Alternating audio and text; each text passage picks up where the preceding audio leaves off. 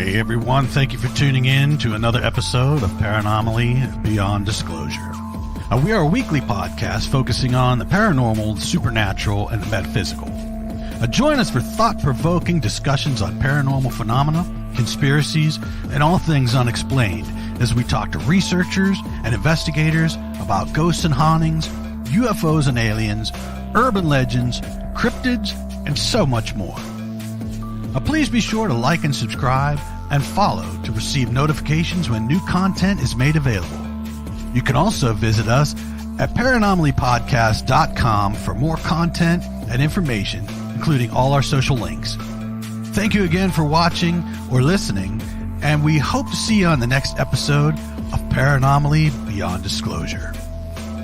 So grab yourself a drink and a snack, turn the lights off on the way back, find yourself a nice comfy spot, and enjoy this episode of Paranomaly.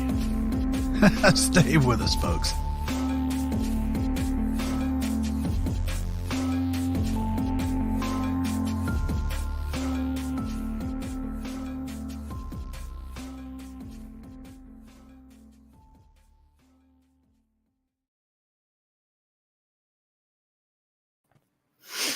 Hey everyone, thank you for tuning in and being with us. If you're listening or watching, however it is you're doing it, thank you so much for coming here and checking us out. Tonight we have Nichole Weber. She is you're a contactee. So is that correct? You're a contactee? I guess I describe it as an experiencer. You're an experiencer, okay. Some people might say contactee, but yeah, I that's what I identify like really with. I guess that experiencer. Okay, right. And you have your own podcast now. I see. What's the name of it? That is the Coley and Marquise a talk show, and actually, some of my team is in there, so I'm really excited. Yeah, I've been on obviously I was on Spaced Out Radio and UFO Man, but Marquise and I decided to go off and do radio. It was a great opportunity and I jumped on it, and it's really, it's really working out. So I like it a lot. So you're not with UFO Man anymore? No, I'm not. Okay.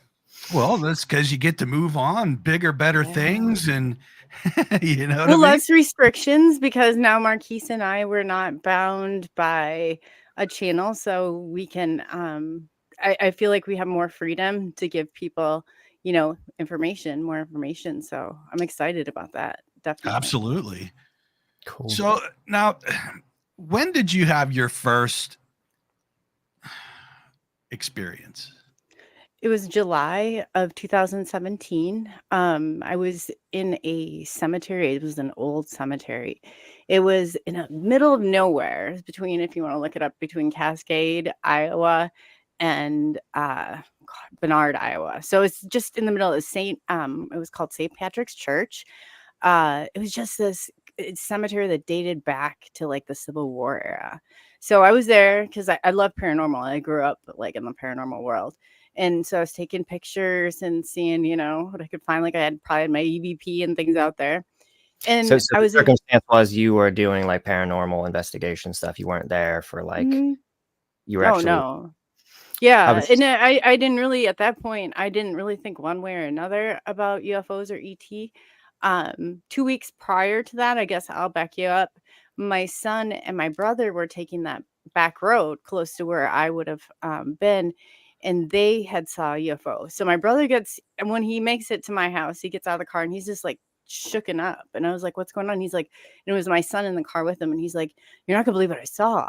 And it was low enough where it was hovering over the trees. Like it was without a shadow of a doubt. And so I was like, oh, well, that's cool. I didn't really, like I said, feel one way or another about it. I didn't get overly excited, but he was shooken up. He definitely was shooken up. What was the type of craft that he saw, or what was the shape? A disc also, yeah. That was a disc. Mm-hmm. Yeah, Okay. they're all pretty different and unique. So he saw it hovering over a tree.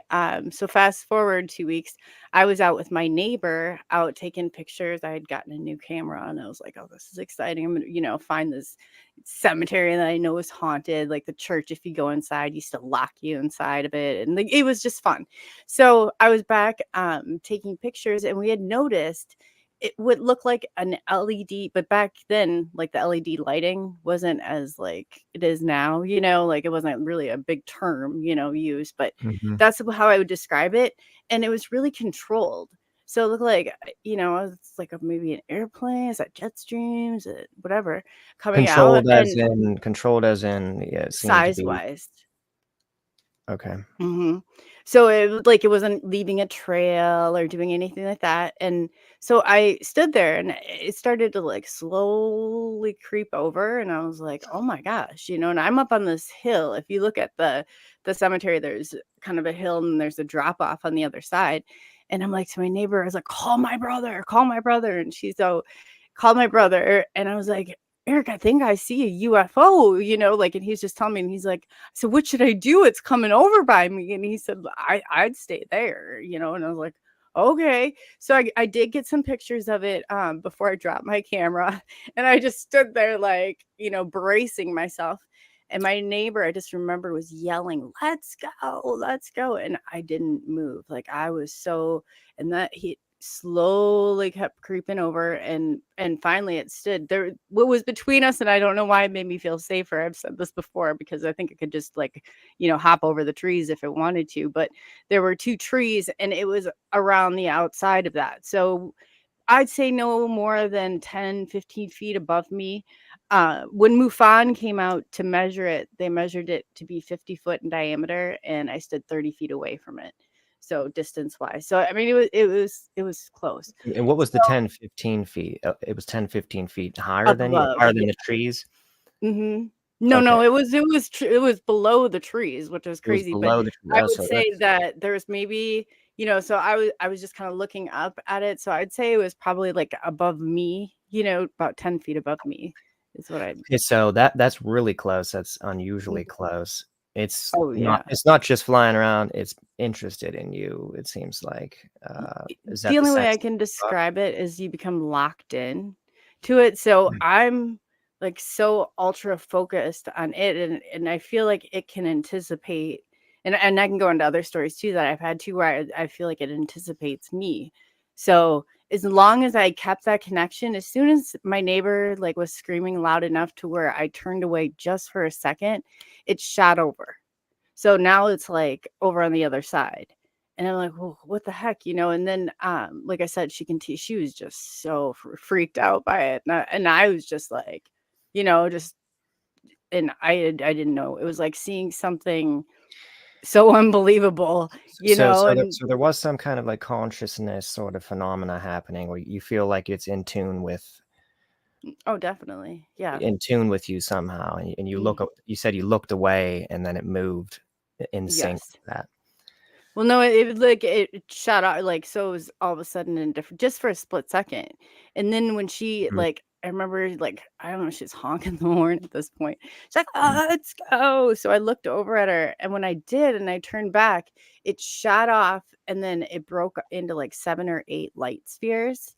So they were like I was like, wow. Now it just like exploded into like these light spheres. So I ran down to her car and I was like, we're following it, follow it, So we Mhm. went on the back roads of Cascade and they literally like the telephone lines, it looked like somebody had taken them and they were just shaking them because they were just like waving in and out. And Really? I was like, yeah. So I said, I told her, I was like, pull over, pull over. This is unbelievable. I've never seen them do this before. And especially in this wave type. I mean, sometimes Yeah. there's wind, kind of shake them, but I mean, this is going down this area. So I was like, pull over. So we get out. And when I look up, I see this like gray kind of it, not that it's like noticeable where I was like, that is it. But it was enough where it was like where I was like, I think it's right above us. Like, Now, is it you still know, in multiple sections no, at this time, well, it's not really in anything. All I can see is the underneath. When I saw it, I guess I should go back to that. It was just like these LED, like brightest lights ever. And then there was like this grayish color, like a dark, like metal gray, but it didn't seem completely materialized, I guess. I wouldn't have seen how it, like looking at it, like, oh, like I wouldn't have thought there was anybody riding on it, if that makes sense.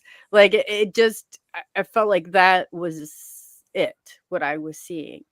So I don't know how else to explain it. And so just to backtrack, so you're seeing it, it's really close. It's a disc shape. Is it a silver metallic disc shape, or is it Yeah, I gray? would say like a dark gray, like a metal gray underneath. You kind of see the underneath, but around it, it was just like these bright, like metallic lights, or like LED lights. Like it was just so bright. Circular and metallic, or was there any kind of angles to it? Like, did you hear Michael Herrera's testimony, one of Stephen Greer's witnesses, who also was on the Sean Ryan show? I'm just trying to sort of narrow down, if this is potentially human or ET. He described the sort of gray colored craft that he saw, which was circular, but also sort of octagonal, kind of having some angles to it. It almost would have had to, but I couldn't see the whole like proximity of it because I was so close to it. So it wasn't like, like right there, but I think it had to, by the way that it was shaped. I think there probably had to.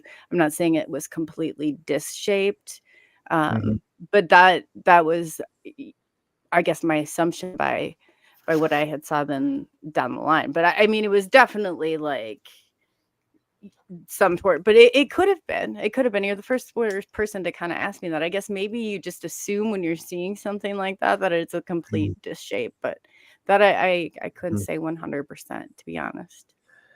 Now, did you notice during this experience any kind of missing time, any kind of oddness about the sequence of events and where you were and the progression of it? Was there anything?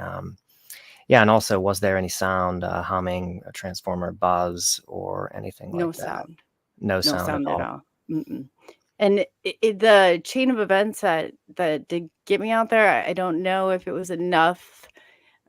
I'll kind of get into it later because MUFON came in, so the Mutual UFO Network came in. Dave Creeder, MUFON Dave, I call him now. I'm still great friends with them. But he came out, he investigated it. That's how I found out how big it was, because he took the pictures I had and he, like explained his whole formula and like things like that. So, and that's how we were able to determine.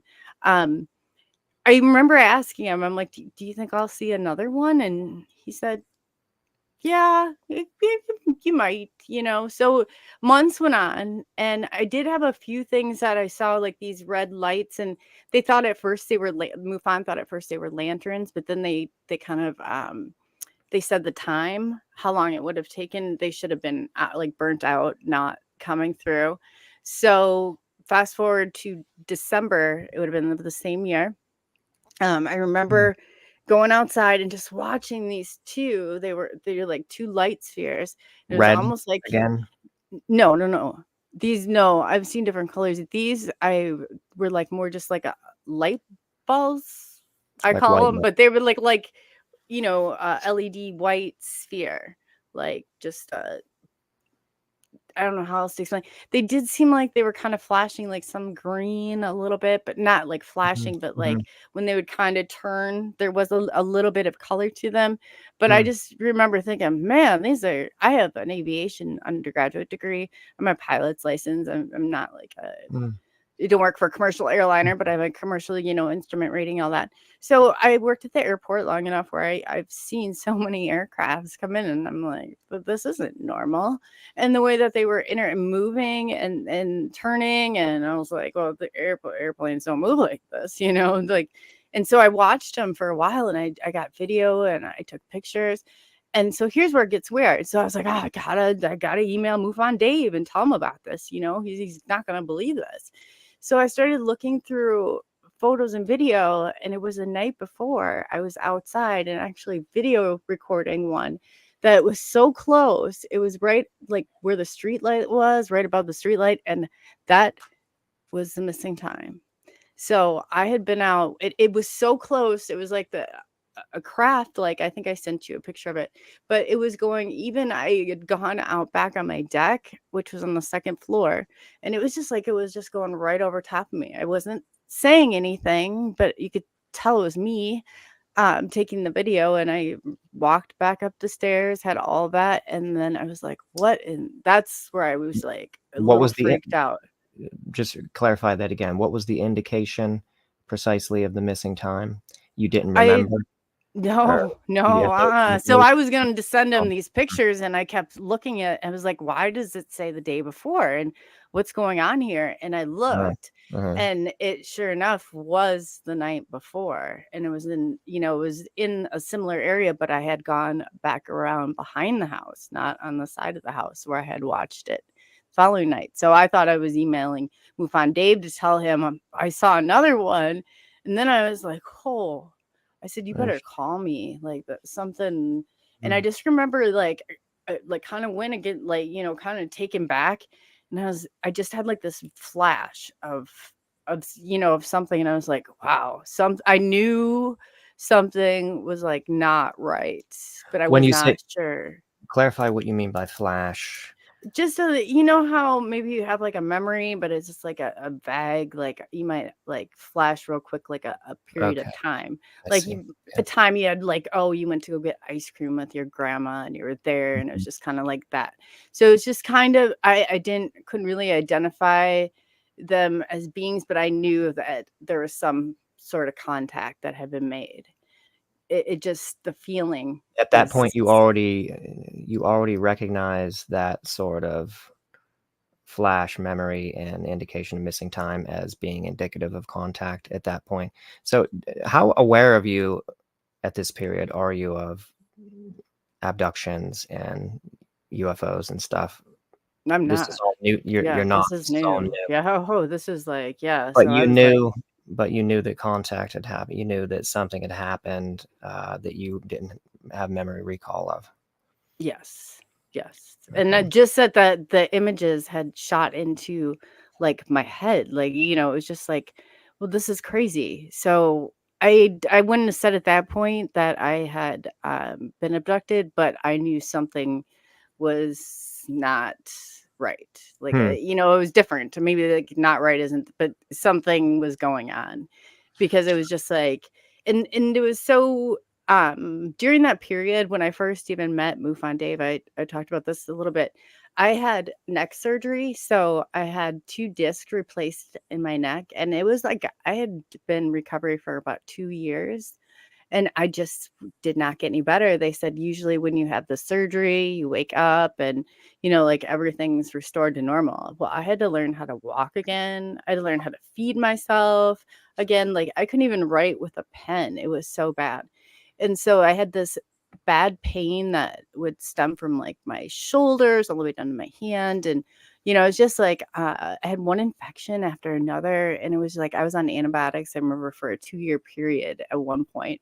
I thought, man, this is crazy. I'm not getting any better. And the doctor is like, well, unfortunately, the curve of how you heal is kind of, tapers off here. And then this is all the better. They said I had to have back surgery, and I had neuropathy and bursitis and like all these Mm. lists of diagnoses. It was so bad. Like a physical therapist wouldn't even touch me. They said, we think you have something else wrong. You need to go back. Wow, And I that's was like, so that it was pretty intense. Yes. So, So around, Nichole, hold on. Let me stop you just for a second. sure. Now, I brought up these pictures. Unfortunately, I didn't get a chance to talk with you about putting Hmm. in some kind of an order. Are these the pictures of the craft that you've seen? Okay. Yeah. That I believe if you go to, because if you'll see, there's one that's more of a craft like shape. Um, if you go to, it's, no, that's more of like one of the, sorry, that's all. I didn't really put them in a great order either, That's but okay. So I there's have. one where you can see, it's just crazy. That was one I know I took around that time too. It's just like, and somebody's like, it looks like I said, I can't help it. They don't look like you think that they, necessarily like on a movie. It's definitely different. But the one that was close to the streetlight was one of them. But I don't know if you have the one where it was closely over the awning where you can see the craft. I mean, it was close enough where and there was no noise. Again, no Is that noise. it right there? Is that the street light? No, that wouldn't have been it. You would have seen like the awning on the house. Like, but it's so hard to get them on camera. No, that's a different one. Because sometimes they're like low and slow, so people will be like, "Well, you can't really tell how close they are Here's than the above street. you." Oh, what did I just do? It's yeah, and then like I said, that would have been one of them, but that doesn't show, so it would have been angled upward. When I saw it was coming over cross, like over, so in the other video that I had. So that would have been it at at a vertical. Some of these, I mean, it's unclear, but some of these almost, there's 3 lights in one of those previous ones. It almost kind of looked potentially like a TR3B sort of outlet, like that right there.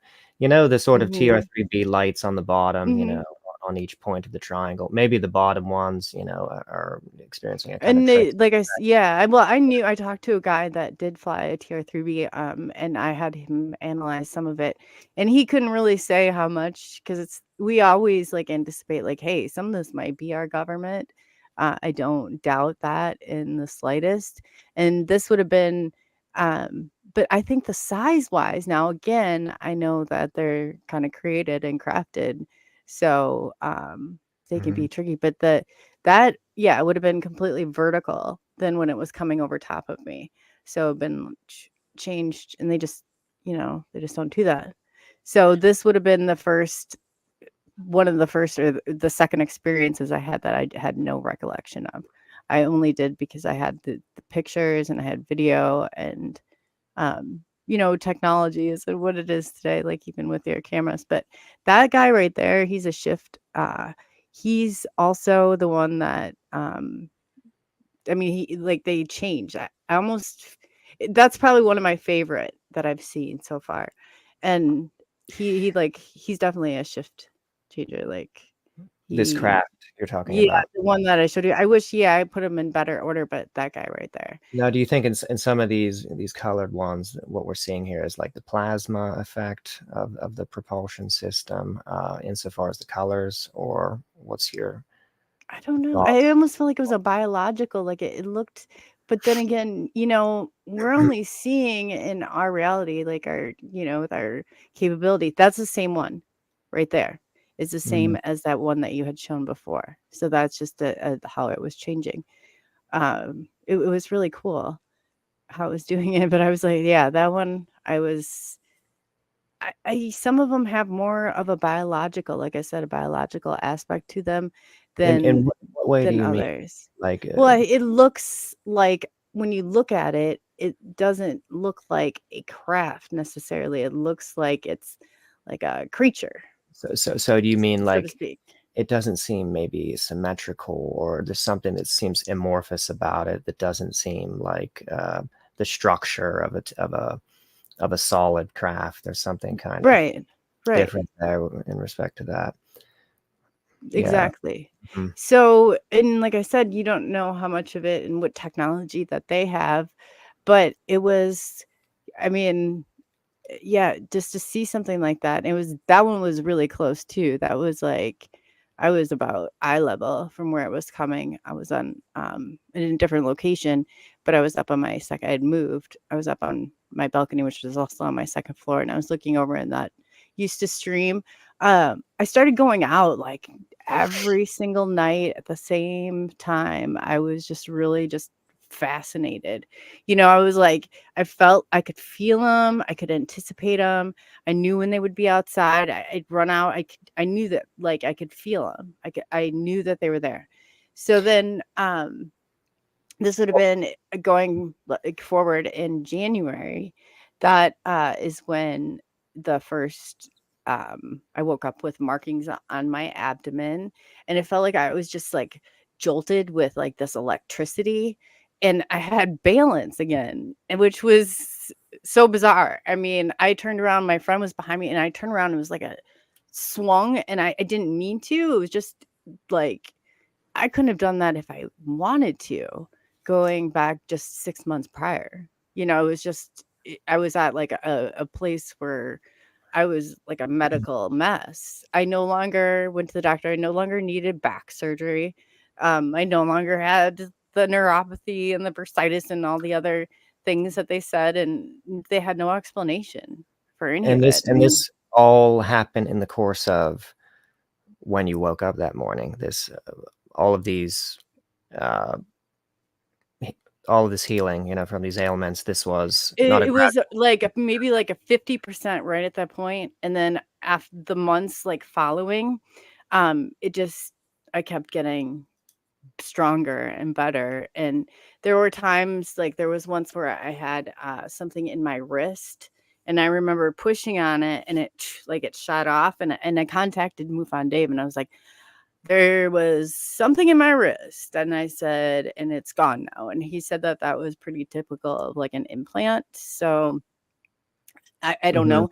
I started to find out more about MUFON and how they had a backdoor to, you know, our black budget projects and stuff like that. So I made him keep the file without my name on it. So I said, I'll continue to talk to you, but I'm not going to talk to you if I know that this is just being leaked to the government, because like then strange things started to happen, you know, where you're followed by vehicles, where you're, and I'm not in that big of an area, you know, and so it's like, okay, they mess with your Are like you saying strange location. things And happen when the government finds out about your contact, or are you saying oh, strange things I'm did happen? 1000%. Yes. Yeah, 1000%. They And I happen, was or offered, they happen, or they happen with you? Like, it happened with me. did Yes. happen with you? So I told him I would gladly give him more information, but it needed to remain in a file that was unmarked, because I'm not gonna, it was going too far where I was being contacted by people I got offered the chance to sign an NDA, which is a non-disclosure agreement. Because I was in the privy to know, and it was someone pretty close to the AATIP whole, you know, black budget program. And I was like, no, I'm not doing that. And I was leaked some documents from the Rendlesham Forest and offered a deal, I remember, at that time, and it was pulled into this really weird group, and I didn't take the deal. So And who are these characters now they're I mean, they're bigger players than it now. I mean, I know Nick Pope was involved in one of them, the Rendlesham Forest one. But you're looking at people like Dr. Kit Green. You're looking at there's in how they contacted me. I could kind of go into more of it, but it gets a little confusing. Well, okay, let's not go into that yet. Let's stick with, but I want to come back to that for sure. If you're willing to talk about that, because that's interesting. But going back, let's go back to and fully flesh out the experiences. And so you're seeing all these UFOs. At some point, you start noticing missing time. One thing I didn't get to ask: you're going out every night. You know, I'm sure about the sort of mind control aspects of this, whether not necessarily implying here that this is necessarily nefarious, but you know, many people prior to getting abducted will go to a location, feel compelled to, you know, go out to the barn on their property, or drive an hour north, you know, for whatever reason they don't understand, you know, or, you know, I woke up in the middle of the night and I walked outside and I don't know why. Is there anything like this going on as far as, you know? 1000%, because I knew when they were there. It got to a point where I did not have to see them. I felt them. I knew when to run outside, and they would be. And Describe that feeling, if you can. Is there anything you can it'd say be more like, about? okay, I guess instinctively, like knowing that your friend's there or something, or your child's home or something. It just was like, I know that they're here. Like Do I you think felt they that they were projected there. you a thought? Do you think they projected you a thought form? You know, just the idea, not like necessarily telepathy or verbal language in your head, but just sort of the idea emerged in your head. They're there. and you recognize this, and like, oh, Well, you know how like you feel okay, like with a spirit, you get like a chill, or you get like, this is like an excitement that you get from him, and when you see one, my whole neighborhood at one point could hear my neighbors like, I thought you were gonna jump off the balcony, because I'm not quiet. I'm not a quiet person by nature, so I was like, whoa, so at one point, like, there was a whole neighborhood watch, like they go walking around, so there was like a group of us that nightly would go, or they keep tabs on things when I wasn't there, and they would go to compare notes. So my neighbor she got pretty good at spotting them. They never did have the missing time, but they have seen some of the things that I remember my one friend's like, do you think maybe you've seen too much? And she's like, I don't think I want to see anymore. The people kind of got a little bit worried at points because of how frequent, how much, and then you had the black helicopters, they'll start, coming around and stuff like that. But how frequent was it? What was this? How frequent? about I would say something so identifiable. I would say at one point it was about at least every 2 weeks. Once every 2 weeks, there would be something major. And I'm not just saying like I wouldn't go out and see them, but something low enough and something major enough where it definitely and I remember looking back like to at videos and stuff like that, and I just got to a point with them, and I thought it was a connection, because you almost, and when they start to taper off, and that's pretty normal, like, but in the journey you miss them, like there's like this yearning, like, like, is this like my family, or is it, just you almost, and even from the first time, I mean, why would I can't even, when I asked like Mufande, I was like, do you think I'll see another one? It was like, man, if I only get to see this one, it was just, at that point I realized, and it changes your whole life.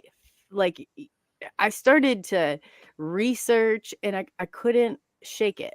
I couldn't shake it. I was working as a mental health outpatient mental health therapist, and it was like I could not shake the feeling of wanting to find more and more and more, where I was just like researching and researching and researching, and then it was just like I mapped it all out, and just the things that I started to know and experience with them, like it got to every one that I've seen has been a little bit different. I'd have to say that the first experience that I had that I have memory of, I was on like an LED table, and I could look down and see myself, right? But myself, I could see them in front of me. And I remember looking into one of their eyes, and I was like, wow, this is like eternity. That's the only way I can describe it. It's when you look into their eyes, it's just like looking into eternity. Okay, so this is the first conscious memory recall of an abduction experience. You're inside what you know is a craft, or think is a craft, or some type of enclosure, or what's the environment that you suddenly find yourself in? You're in their space and their time. And there is, when I've shifted back, there's been a void of time, like a void of absolutely nothingness is all I can describe it as. But during that, when I could see them, it was like I was hovering above myself, or I don't know, but I could see myself. Like, it was like I could see two, different views of at once. It was very odd. And I just remember that I was a little freaked out by them, and people all kind of even laugh at it, but their fingers had suction cups. And I know that, like, that freaked me out. And I was like, oh, so when I talked. Before we get to the description of the experience, let's just get a little more detail. So are you lying on a table? And I asked at one point why I was restrained. Now, were you clothed on the table or not clothed? I believe, I want to say I would maybe like a sheet. I was blanketed, where I don't remember thinking I'm not wearing any clothes. But I did, to be honest, that part of it was not. I think I was more focused on these beings and then being able to see myself and then see through my eyes into, them in front of me, like as if I'm talking to you, not standing above. So it was like I could see two different ways at one time. And so your first perspective on the beings, are you seeing them from your first person perspective, or are you seeing them from this sort of third outside, out of body perspective? I'm seeing only myself from that third out of body perspective. I'm seeing them through my eyes. Okay. If that makes All right. sense. And describe in full detail what you see, your first sighting of them, full description, the eyes and everything. Sure. They were shorter. They probably like what you'd typically call like your little grays. Their skin was reflective of light. Like I think they were Metallic? glowing. Oh, okay. And then like a bright LED light. They were almost like, do you remember those? If you go back, we used to have like the glow in the dark paint. And it was, as a kid, I remember in the daytime, it kind of looked like it was white, but kind of murky. But then at night, it was reflective, like it glowed. So they seem to be very reflective of the light, is all the way that I would describe it. So there's abduction cases from the 90s. Some of John Mack's abductees reported this with the grays. Some of them seem to have this sort of glow to them, this sort of luminescence, which is interesting. You don't often hear about that in the grays. You hear about that with respect to higher dimensionals. And to me, that's one of the indications that they are higher dimensionals when you have this luminescence feature. Okay, so go back to the description again. Yeah, so I remember thinking that they were reflective. No, when you say reflective light. And when you said short, do you mean small gray short, like 3.5, 4.5 feet? That short? Yeah, I would say probably 3. Do you have that picture that of the drawing of the gray, the small gray? Which one? Do I have the picture? No, I'm talking to Todd. Okay, because there's two different types. There's ones with like the pointy features, and Linda Moulton Hall claims that they're not; those are ours. But the pear-shaped ones, and that's what I saw. I didn't see the one with little sharp features. Like they didn't have clothes. You couldn't really see like any. You couldn't identify one as being, male or female. Like there's just 5 of them were around.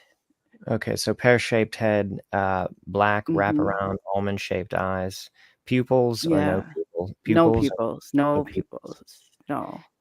When you look in those eyes, like go fully into that. insane. What happened when you look into the eyes? Because this is always a really interesting facet of this. I remember the one that was closest in front of me. I just remember looking in their eyes, and it was like looking into eternity, like it just and when you look into them, it's like it's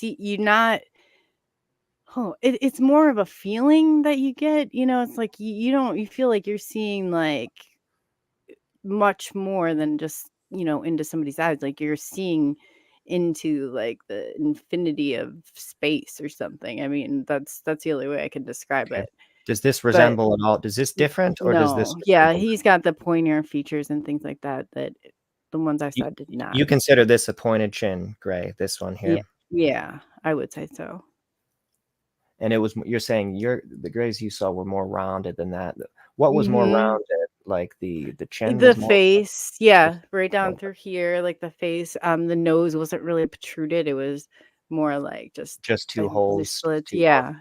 Yes, it was more flat. And it had the similar mouth, just the slit for the mouth. Though they never moved their mouths. So, when they communicate, because I remember I was there and I was restrained and I was like on this table, and I remember thinking, why do you have me restrained on here?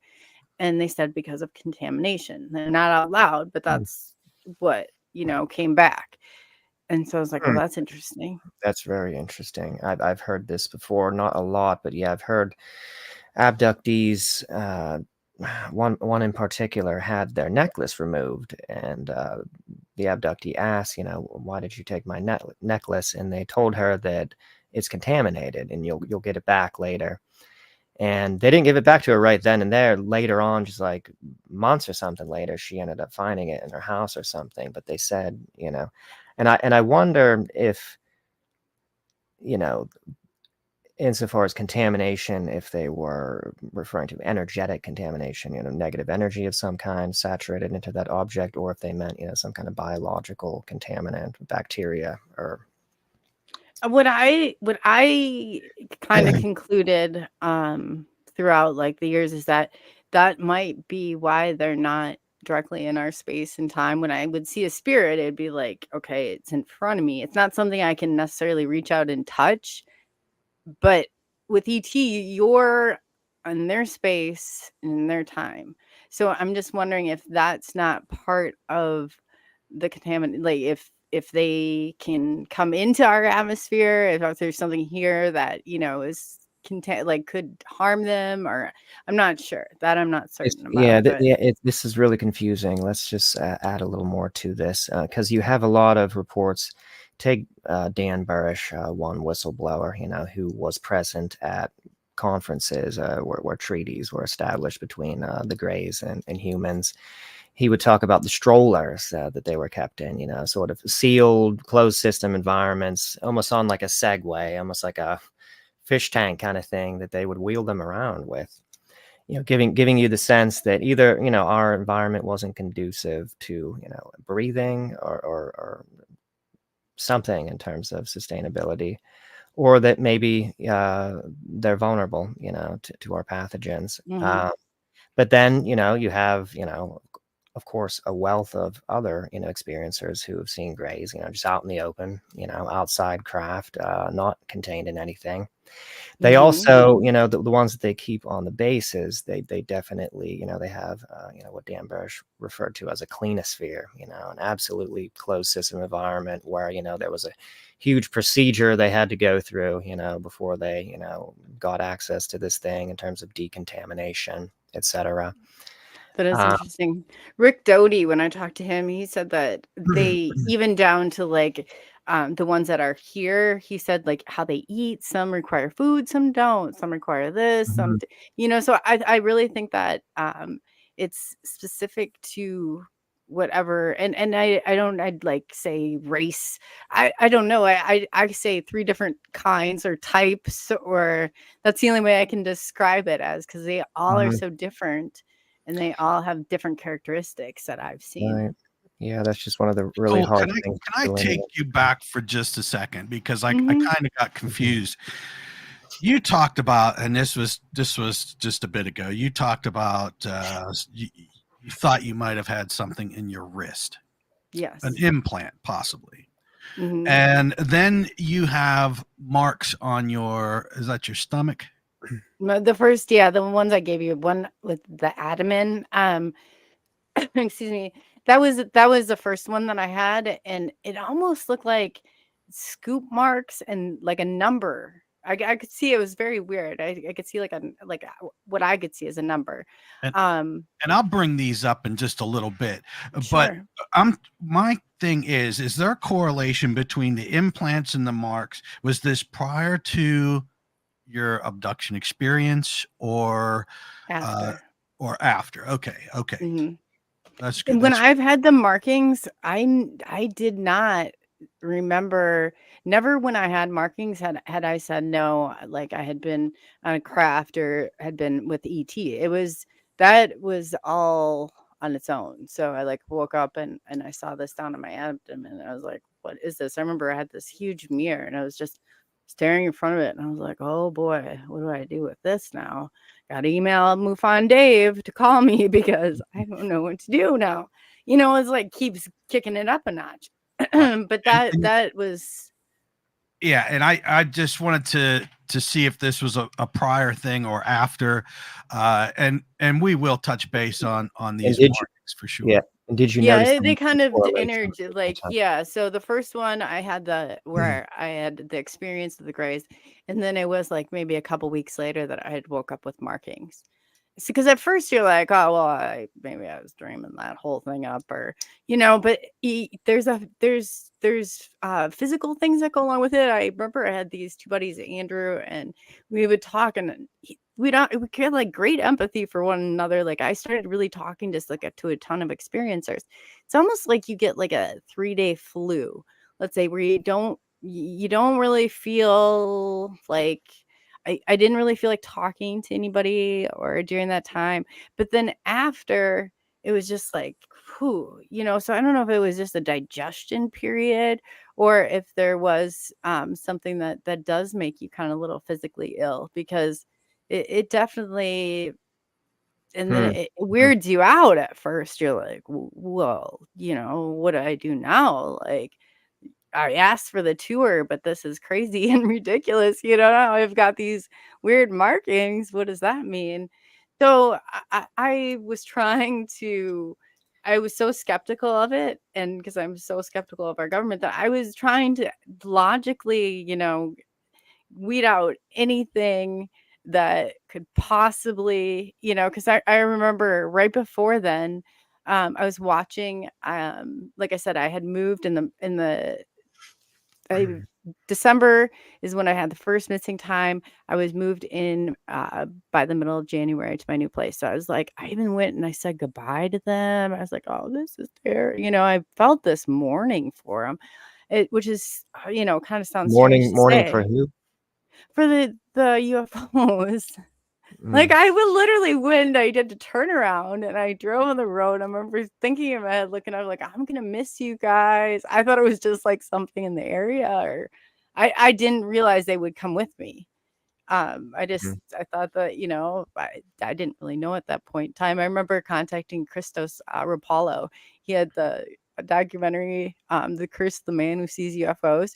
So he's like giving me all these pointers on like tactical lights and how to like signal for them. And, because at this point I was like, I did not care to what extreme if I look like a loony or not. This was like a feeling that you can, like, the greatest thing in the world, and you're just so excited. It's like a kid just being like super super excited about something, like and it gave you this energy, and it was just like this whole experience wrapped up into one. So when and you had said this earlier too, and I have it wrote down, I just didn't get a chance to ask. Sure. When you were having these feelings, and then you would see these UFOs, were these like, was it like, because you had said like how you see a spirit, most people that see a spirit, they get goosebumps or the hairs stand up on their back of their neck or on their arms. Was this something like that, or was this more like an excitement, electric? Yeah, it was more, yes, where I would say that would probably be a good, because I said some points it felt like you were just jolted with, like, electric. Yeah, so I think, and it brought on like excitement where I was like, oh, it's time, they're back. It's kind of like seeing a friend you hadn't seen for a period of time or something. So it was electrical, and it was tingly, and Yeah. then you would notice these. Okay. I'd run right out. It wouldn't matter. I was like, clear the way. I'm coming through. Right. And so, yeah, so it was so very much like I felt the more I went out in the routine, I knew the area so well. I knew if there was a light that didn't belong. I knew if the neighbors, like I knew that area. I had that area mapped out, like, I mean, like no other. So I knew it really, really well. Was there any telepathic communication between you and them? Yeah, sometimes I would ask. Crafts, like during, okay, let's just separate this from. Was there any telepathic communication when you're viewing the crafts at all? Sometimes there was. Okay, if I thought in my head a question, like I had one time, like, why am I here? Why is all this happening? Why am I here? And I came back with, you're here for communication. Well, okay, that doesn't narrow it down at all. But in looking back, if you had told me that I would be talking about this on podcasts and radio, I'd have been like, yeah, you're crazy. Like that's definitely not me, So I think that now I understand it and kind of came more into. So one time they showed me this Joker card with things. So a lot of it's not only, it would either be like a picture of something or a thought like that would clear. It was like clear as day. You're here for communication. Like it wasn't just like that voice in your head. Like it was clearly like I tried to out talk it before, and I was doing all these little experiments, like trying to eliminate. So Maybe I'm going crazy. I don't know. Let's just drill down on the quality of telepathy. So it's like your voice in your head, but not your voice. Mm-hmm. And so with me, I'll just give you sort of my experiences as a reference point. So it's like the thoughts in your head. It's not your own voice. It's never my own voice with my own tone. It's like the thoughts in your head in terms of how they sort of appear in consciousness. But with me, they're much lower in volume. Not to say volume in terms of you're not hearing anything, you're perceiving something. But they're so subtle. They're much more subtle, at least in my experience. Is that similar in your case or no? Okay, so when I would experience spirits, like I grew up as what you call like a medium, I was able to talk to them, but I'd get parts or I'd get bits and pieces. This was like a clear statement made, like you're here for communication, So it was and it different than was those previous telepathic yes. It experiences. wasn't like I was getting like, oh, it might be partial name and like it'd take me a little bit. No, it was direct. It was very direct, but it didn't give a lot of specifics, like okay, communication, what does that mean? And a lot of times, and I can go further. The next, I guess it kind of ties in, the next type that I experienced were tall grays. And when I was on their ship, I could freely walk around. And is this the next conscious memory recall of an incident? Okay. Of the Let's next of meeting ET, yes. Okay, let's go into that in full resolution detail. Sure. What led up to it? What time frame is this? Moment by moment. So this would probably be after I'd say 2 months, I believe. I'd have to look back, but it was right within a 2-month range. And they, unlike the first ones that had me restrained, that were the shorter grays, I could walk around, and they didn't seem to notice me, like, hey, what are you doing here, or anything like that. Their hallways were shaped in like a triangle, and I just remember the lighting that was going through, and I could see down to the end, and I could tell that area that they were working on something, or they were, it was like maybe like a medical bay or something was going on. But I do then remember looking down and seeing this child. And now I'm not saying that's my child by any stretch of imagination. He looked different though. He had a bald head. And he was just I was on walking the ship, yeah. So there's not an ET like directly within like my arm's length. They're down this hall, and I'm watching them, and I could move freely. Like I could walk around. I wasn't restrained. But at this, like, I don't know if it was a doorway or an area, but it was almost like he was waiting. I mean, he was just sitting there patiently waiting. And he had a bald head, and I remember he had like this flannel. He looked like he was dressed out of like the J.C. Penney's catalog, like, back from the 90s. And I was like, wow. Human looking or not human looking? Or human looking, but there no hair, bigger shaped head. The eyes were very lot bigger. I felt like were they blue or were they? No, I don't, that part of it. I want to say, like, I don't think that they were light eyes. I think they were darker eyes. They had bigger pupils. They had I want to say he had maybe like browner colored eyes, but I don't know. I do remember though there was a pupil. It wasn't like I was looking into, so you weren't like the void again. Not like the grays sort of eyes, because there's a lot of variation, interestingly, with the appearance of the hybrids. Some people say, they look almost human, except for the eyes were a bit bigger, and there's something maybe different about the sockets. Something there was kind of a little bit different. And then other times, you know, they see these hybrids and they've got the gray sort of black eyes. And then often there's the description of them having larger heads than what you think would be proportionate for the body. Oh yeah, definitely. I would say he did. And I And remember him being around my son's age. Yeah, he's pretty similar, but his skin was, I don't feel like as reflective, or Okay. maybe more along the lines of our skin tone. But I remember really having like it bothering me because I had a son that was around his age.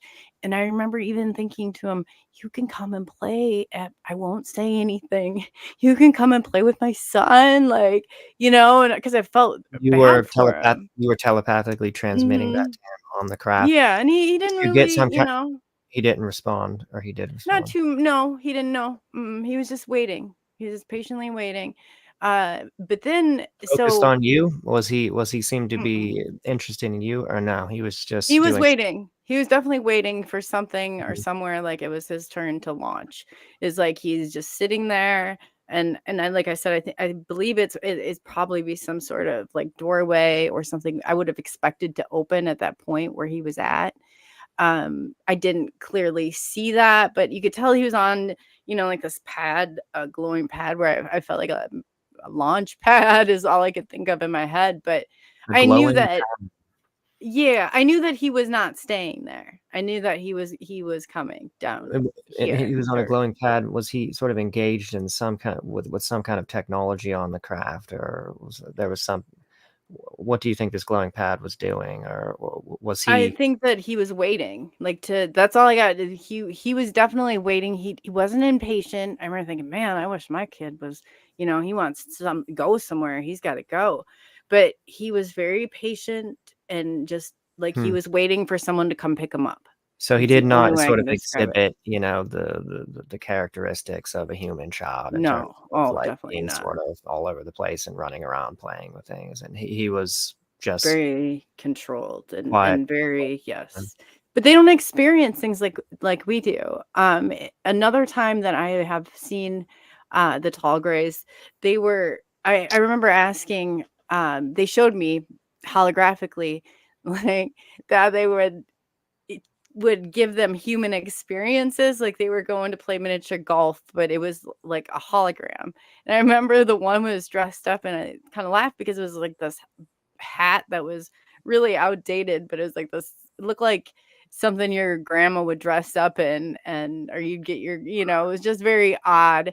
And they would take them, and then they would like have these experiences, like where they would go play miniature golf or bowl, or like try and maybe that way look like us, or hey, this is what it's going to be like, or some of the activities. But I feel like if they were here, they would be very awkward and not only in their personality, but how because we're actually going and playing miniature golf. I mean, for now, I guess we're heading into their world, but we don't do the virtual, especially back then we didn't do the virtual.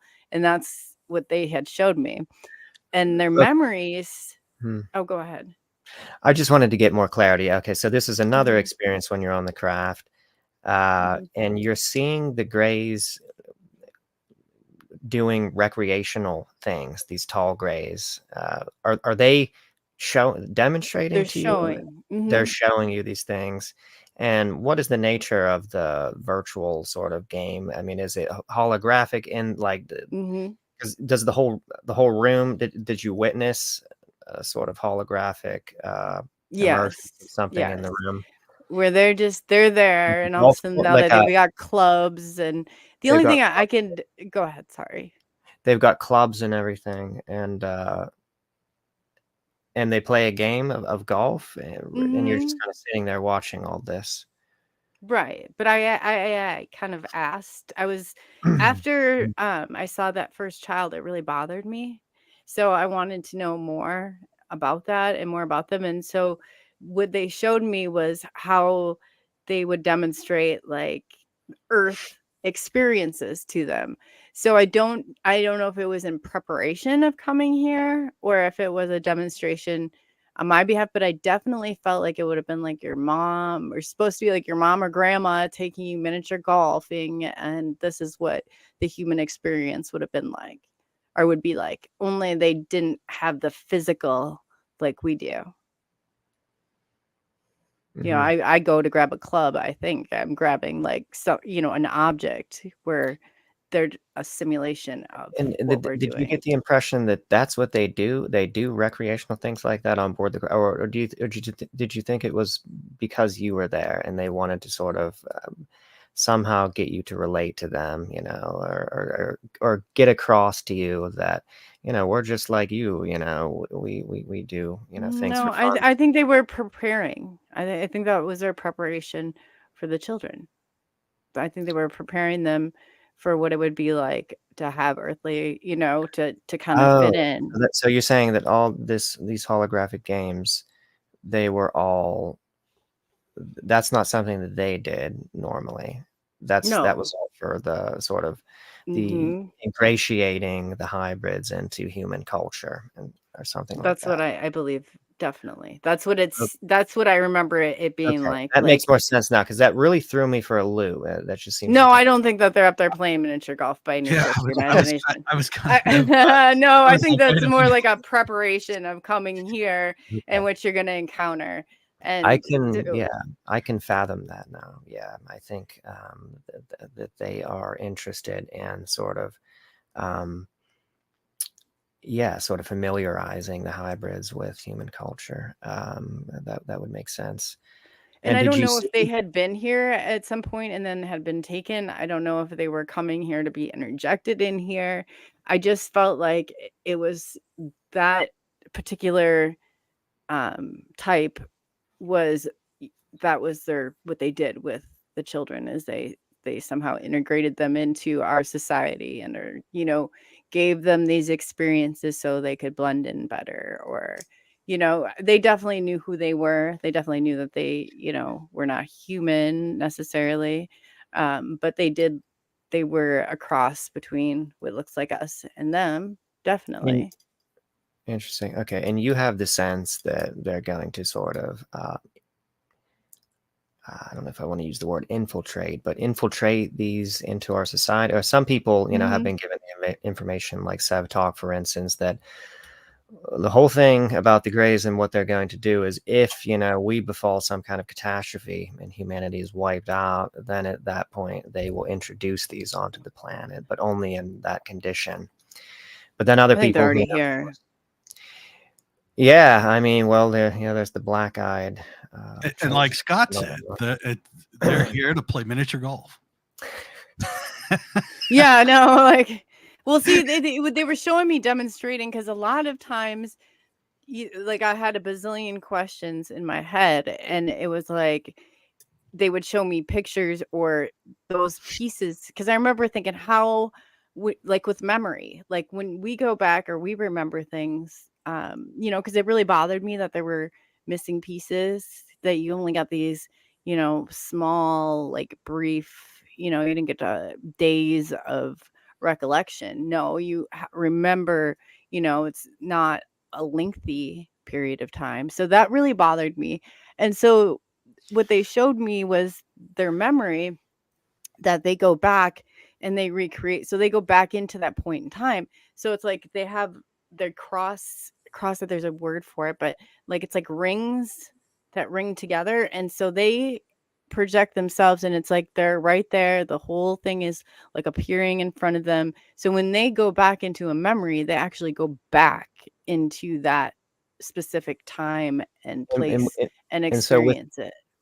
And with the aid of a technology, rather than, say, like through consciousness or something like that. It's like they're really there. Like you're really there, and you're watching it play out, and you see, and there's different points where you can, where they'll test, like if you change something or they interact in a certain way, there's that will all play out in these, like, I don't know how to explain it, but they cross over. It's like rings. So it's like their planet, like, you just keep thinking it completely circular. So they can go back at any point in time and they can recreate that, or it will be recreated for them. and that's how they have experienced their memories, or they go back if they wanted to retrieve them. Like, I think back, man, what did I do last year for my birthday or something, and I might, but no, I would be right back last year at my birthday, and I would be, at those points of interaction, and that would all be like playing out just like it was then. Okay, let's go into the tall gray appearance. Go back to your first experience of seeing the tall grays, and let's get the full detailed description of that. So how tall are we talking here? I would place them at about 7.5, 8 foot tall. That's They interesting. stood quite a bit taller than what I was. Taller than us, for Yes, sure. definitely. Yeah, and that totally is what that's consistent with what people say about the tall. Deb Shakti, for instance, who we had on here, said they were about 7 to 8 feet. What was the circumstance of the first time you saw them?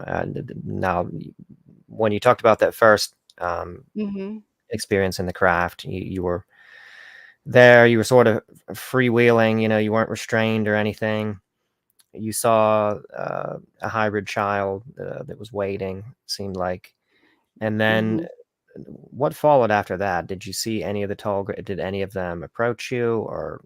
No, they acted like, they would just went about their business. Like, what I felt, I was looking down the hallway was like a medical bay. They were almost like they were a treat, but I couldn't see, it didn't open up. It was down the hallway. So I could see one kept going back and forth with different things. And so that's what in my head, but like I said, I was so strucken by this child that I don't think my focus was, it was more on like, hey buddy, you can, I literally remember thinking, you can come and play. I won't tell anybody. You're my son's age. I felt really bad for him. Did you find that unusual? The sort of. Well, yeah. Yeah.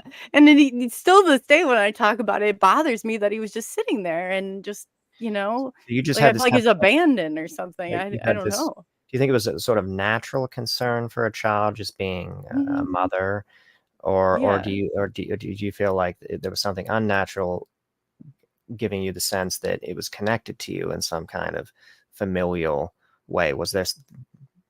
Are you I implying? don't think so. I don't think so. Not like that. When I got, it'd be like seeing a child that was not saying that they neglected the child, but they didn't love and nurture children like we do.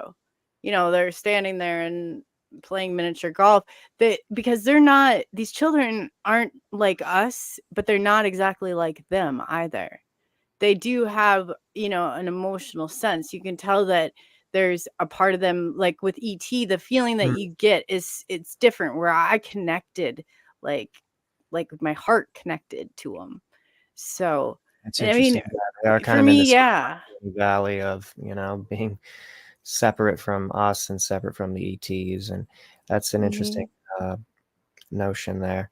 Okay, so go to now. Did you have any close encounters with these tall grays? Where they were communicating with you face to face or anything, and go to that experience. they describe a the lot. rest of their features and Sure. what it looked like. They had longer fingers. What I remember most about them is how they communicated. They would show you. So instead of like a picture or telepathically, you would experience it from their perspective, be able to watch, such as they were too. That's how they access their memories.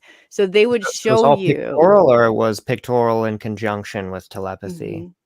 Yes. And where In this was like conjunction. a play out of an experience, like they're showing me, because I was really worried, like, what are you doing with these kids? Like, are they going, I don't know. It was in the beginning. Now I look back on it and I think a little bit different on it. But when this is first happening and you're experiencing this, you're trying to make sense out of something you just can't quite wrap your head around. And then I was like, man, what if this kid shows up? I thought, Brody, I'm going to have to explain to Brody, I don't know what's going on here. But Now, who's Brody now? My son. But this kid's coming over to play. Okay. We're just not going to tell him. Like, I really, in my head, that's because, that's how real he was, and that's how real of a scenario. But I was stuck on that child for whatever Chloe, reason. what was the child like? What was it? Was it humanoid, gray? It was definitely human, as most of the like physical characteristics, but like I said, bald head.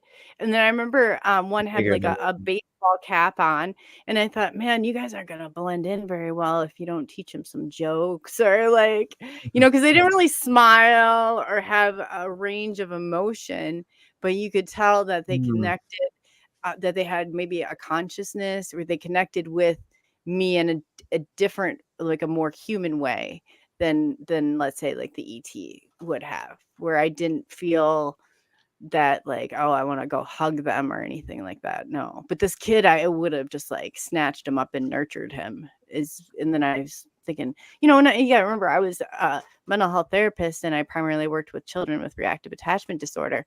So this was to me a little disturbing, like, well, this child's not being hugged and cared for and coddled and all that. So I was kind of in that frame of mind. Do you think that this was, like other, abductee scenarios where, they're put in the presence of a child and they're expected to, bond or connect in some way with the child? Do you feel that this was like that? Did you?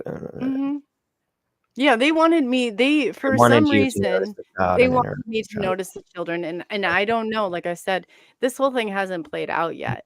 If these children will come, in the future, but there's always a reason, and you don't understand it at the time. It's a journey. Like you start, and it's like you slowly evolve.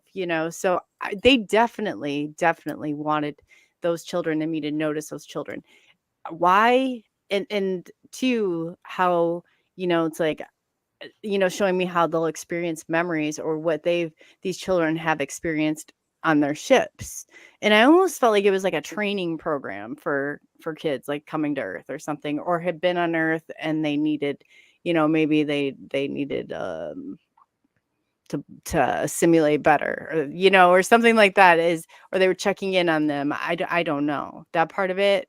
I was more fixated on, what are you doing with these kids? Like, what are they going to a good home? Or are they, not just like experimenting on them? Or so then I think that was a reassurance in showing me. But why? It's always intentional, and like I said, you never quite understand at the time why, like Cure for Communication, well, it makes more sense now where these children will come into play, because I still am very much emotional. I can remember that kid like it was like yesterday. If I came across him, I don't know if he was older, but I would know his characteristics. I would know that feeling, I believe, that I got with him. So that was strong enough where they wanted me to know that for some reason. Why? I don't know, because I haven't really, even in as many interviews as I've done, I've never come in contact, with few with actually who had experienced children. So I don't know. I would only be speculating but I do know that I very much felt like a bond with them. And, I'm inviting them to my earthly home to play with my child. And I'm thinking, man, you're crazier than crazy at this point. Like I started to run this. That's how, I was like, oh, what if he shows up? I was like, gotta get him in through. Like I had a whole scenario like in my head of what I would do or how I would handle it. And so, yeah, so it was that significant. They, like I said, they left me alone. It was almost like I was supposed to be there or known to be there. They didn't act like I were introducing, or that it was out of my They wanted it element. to unfold naturally, I think. Maybe. And that seems maybe, that just seems to be maybe, and I'm getting the sense that you're not restrained at all, because that's the point of it, that they want you to be in a normal, because a lot of times, what creates the fear and the trauma is the paralysis and the fact that Or most of maybe what they need that emotional experience, and that's what I was providing, is what I thought, because they right, couldn't give that to that child. But but they that's where I was. But you wouldn't be able to give the child a sort of normal emotional experience if you were, terrified yourself or something, and that is seemingly what terrifies the abductee, is they find themselves in a situation where they have no control. They're naked, they can't move, they have the sense that something's going to be done to them, and I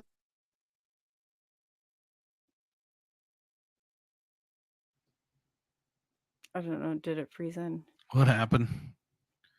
I think Jim got are you froze. There? See, the aliens are coming after. Yeah, man. You start talking about it, and there you go. And your story with the children are incredible, because I believe that Jim and I believe him and I talked about this with Dana Louise. Is she the one that has the hybrid children? No. I don't think it was. So I'm trying to think. I don't think that was there something with the hybrids in her. I think she was saying that she was when she was in there. These children came in and she's seen them. It's almost like they were. I think you're talking about the tree, what she referred to as the tree stump looking beings, where she had this experience where she was at her house and all of a sudden woke up and found herself like in reverse position on the bed, paralyzed, and like this whole troop of really, really small, like 2-foot beings came in and surrounded her. Because I was going to say maybe that is them trying to figure out her. Oh, you mean figure out me? Yes. I'm sorry, I'm hearing an echo. I'm not sure. Yeah, me too. I'm not sure where that's coming from. I'm not hearing any echo. So what I got too out of it is I definitely can hear myself. That they couldn't provide that emotional experience for them, and maybe for them to understand that needed to be projected onto the children. Like this is what a mother on planet Earth would react like too. Mm-hmm. Interesting. Okay, let's go back once again, just because I want this to be a good sort of comprehensive documentation, of all the details of your experience, just for the record. So the appearance of the tall grays again. So these are 7-8 foot tall beings. They've got slender bodies like the short grays. Yeah, they're pretty clothing. They did not. I do remember seeing one that had a shirt that was kind of. It didn't look like it. It was something you put on. It looked like it was something that was on. So I don't know if that's how you identified what they did or as their job or what that was. But that was what I assumed was a medical bay where I saw them with some sort of. I saw, I believe, like a black one and a red. So I believe that was just black one and a red garment. You describing the garment? Okay. Yes. Okay, interesting. And so they're tall, they're slender, like the grays. They've got long fingers, 3 fingers and an opposable thumb. I believe they had 4 fingers total. How that was arranged, I don't know. Uh-huh. So different than the short grays in that they've got seemingly 5 fingers, or 4 fingers and opposable thumb, or just 4 fingers total. Just 4 fingers. Oh, just 4 fingers. Okay.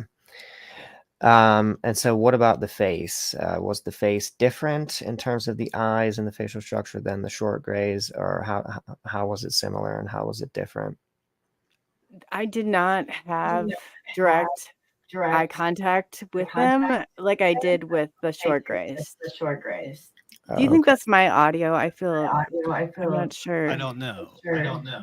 I just completely got out and come back in, and I'm still hearing an echo. Yeah, I can hear you echo and me echo, so I wasn't sure. So I'm hearing no echo at all from either of you two on my end. I don't know why. It was when you unfroze, it started. That's true.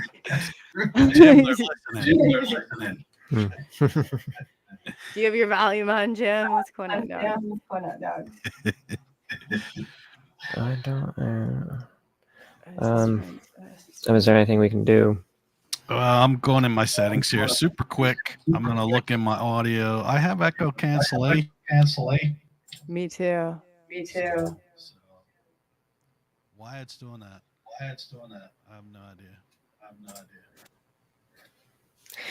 I wonder if Must go on. The show must go on. Hearing that as well. I'm just gonna turn it down so it's not. I'm not hearing myself. It's like almost like the loop, but a few seconds delay. Okay, can you still hear me? Yeah. Okay. I'm just gonna turn it down a little bit. So yeah, but go ahead. I forget where we're at. So you didn't have any direct face-to-face contact with the Greys, which is an interesting detail that at least with your conscious memory recall, you don't, and maybe you did and you don't remember. Well, they did, like, when they took me and showed me that they were miniature golfing, it was like they were there, but they didn't engage me like, oh, run over and give me a hug or hey, how are you doing? It was more business, like, like we're showing you this is, I'm experiencing it alongside of them. Interesting. So, what other experiences did you have? Are there more experiences, different things that happened with the tall Greys?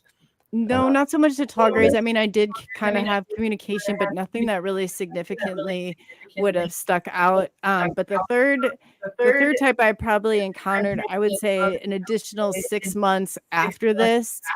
So it's like you have an experience with them for a period of time, and then it's like, okay, now somebody else is coming into the picture, so you don't really go back.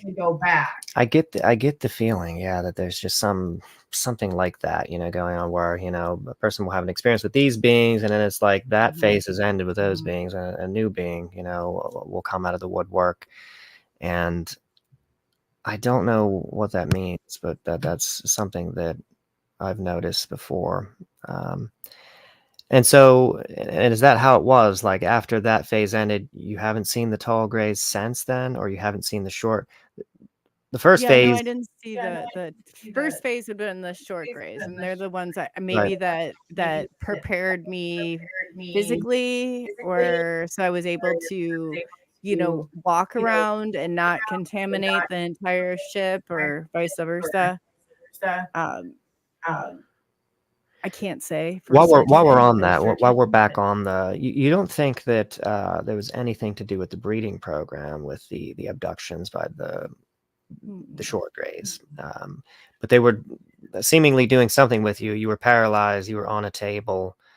You think something was done though?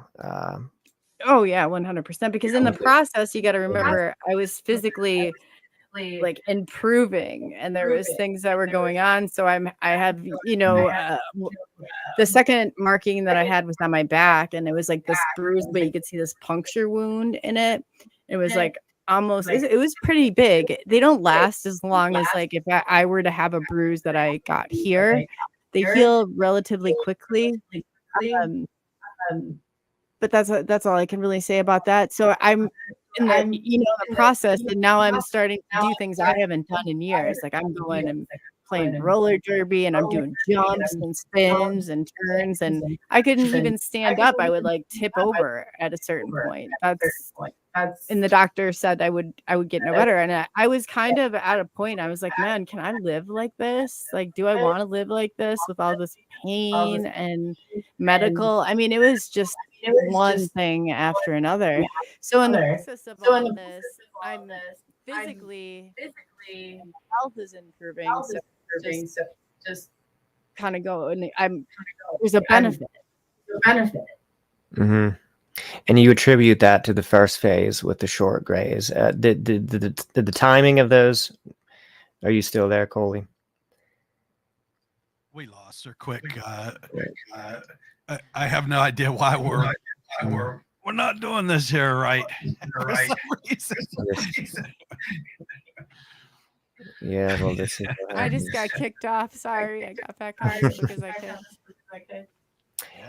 Yeah, I wonder if I'm we're getting lost some. on what's going on here. Yeah, no,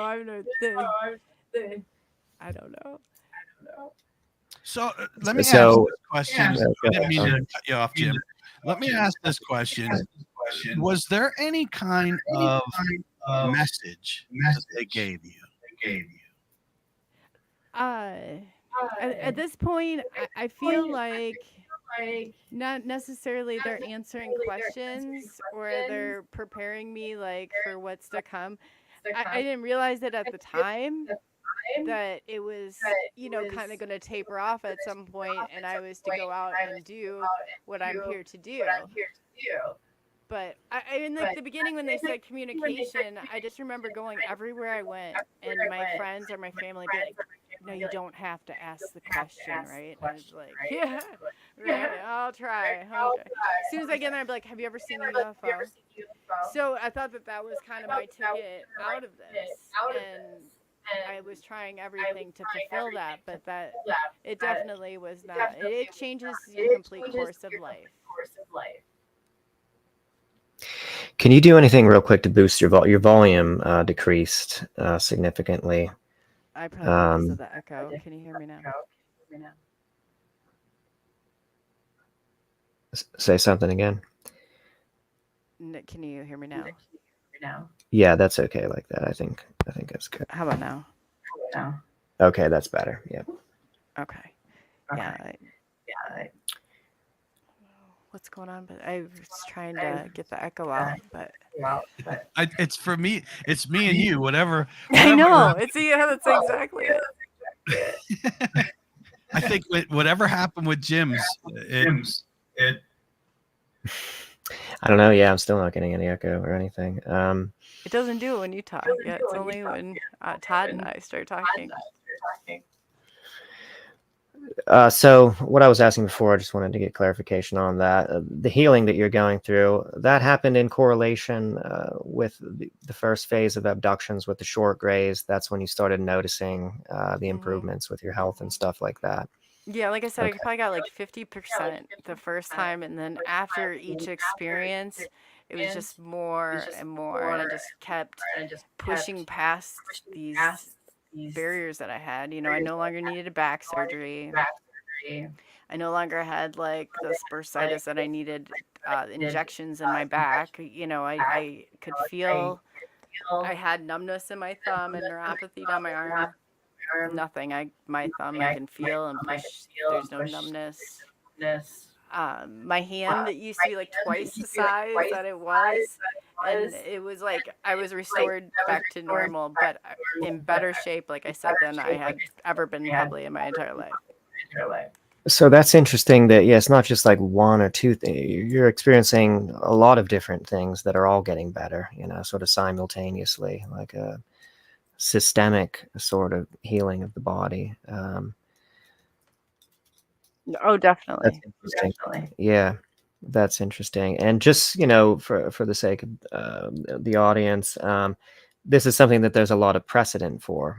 There's a lot of these kind of miraculous healings, even people, being healed from terminal diseases and cancers and stuff like that, from their abduction. I believe that. Yeah. And then at the same time, you have also, though, the other side of the coin, which should be mentioned, health problems occurring, in connection with abduction events and sort of long-term symptoms and things like that, headaches, reproductive problems, sexual dysfunction, and things like that. So you just wonder in those cases how much of it is the government. Because any experiencer you ask, they're not going to say 1,000% of this. I'm 1,000% sure this is ET because my initial is how much of the government is this. Exactly. Yeah. That's always a possibility, and they're, frequently in the picture, whether it's recognizable or not, from a person's conscious memory recall. But anyway, so let's get to, so there's a third race, right? Mm-hmm. You had contact with. What's the story with? They look like more like you and I would look. The echoing's gone. The when I saw them, and I've actually taken a picture too. I could send where you could see them behind me, and you can see like a finger. It's not my finger that's there, and like it looks like there's something distorted with my eye, like it's watering, but it's not. My brother and I were going for our birthdays. We always went on like a UFO hunt because it was just like what we did. It was special between he and I. And I remember him getting out of the car, and it was shortly after we thought we saw what was a craft that moved across. And it was definitely not my finger and my eye. There was nothing wrong with my eye, but it shows a picture of what they looked like. It was like they looked more like you and I, but their eyes weren't almond shaped. It was almost like they had like if they were to have like those black sunglasses that blacked out, like that's how I would describe their eyes. They were more rectangular looking. Okay, hold on 1 second. Let me get Jim back on here. Oh, I can't hear. Is it just me that disappeared? Or Yes. did we all crash? We are having some major just Now I can hear. we start talking about aliens, and That's funny. It was right when you said your echo was gone. I don't know. Yeah. Yeah. Apparently, there's something we're talking about they don't like. I don't know. Yeah, perhaps. Okay, so leading up, so this is after the tall gray experiences. Is there a gap in time before? And are these abduction experiences with this human-looking ET? Are there missing time? Is there missing time still going on here? Yeah, Or I mean, there's periods like where there'd be like the first time it was crazy. I was watching 3 clocks, like I had just moved. It was my microwave, my stove, and I like had a electric clock, and they all started blinking. And it was like they went boom from 4 to 4:50. It was like poof, just like that, and I was like, wow, there's something. I even called the electric company, and I tried to figure out but that's where I felt that void, that empty space. So there's like about a couple seconds, and that's the first time I've been conscious. I was trying to do things in my head, like, okay, next time this happens, remember to ask this, or repeating things over and over so I would be like more conscious of, what was around me, or if I felt anything, or smelt anything like that, you could identify it. It was very sterile. They're very, very sterile beings. And that's how I just determined. sterile as in how?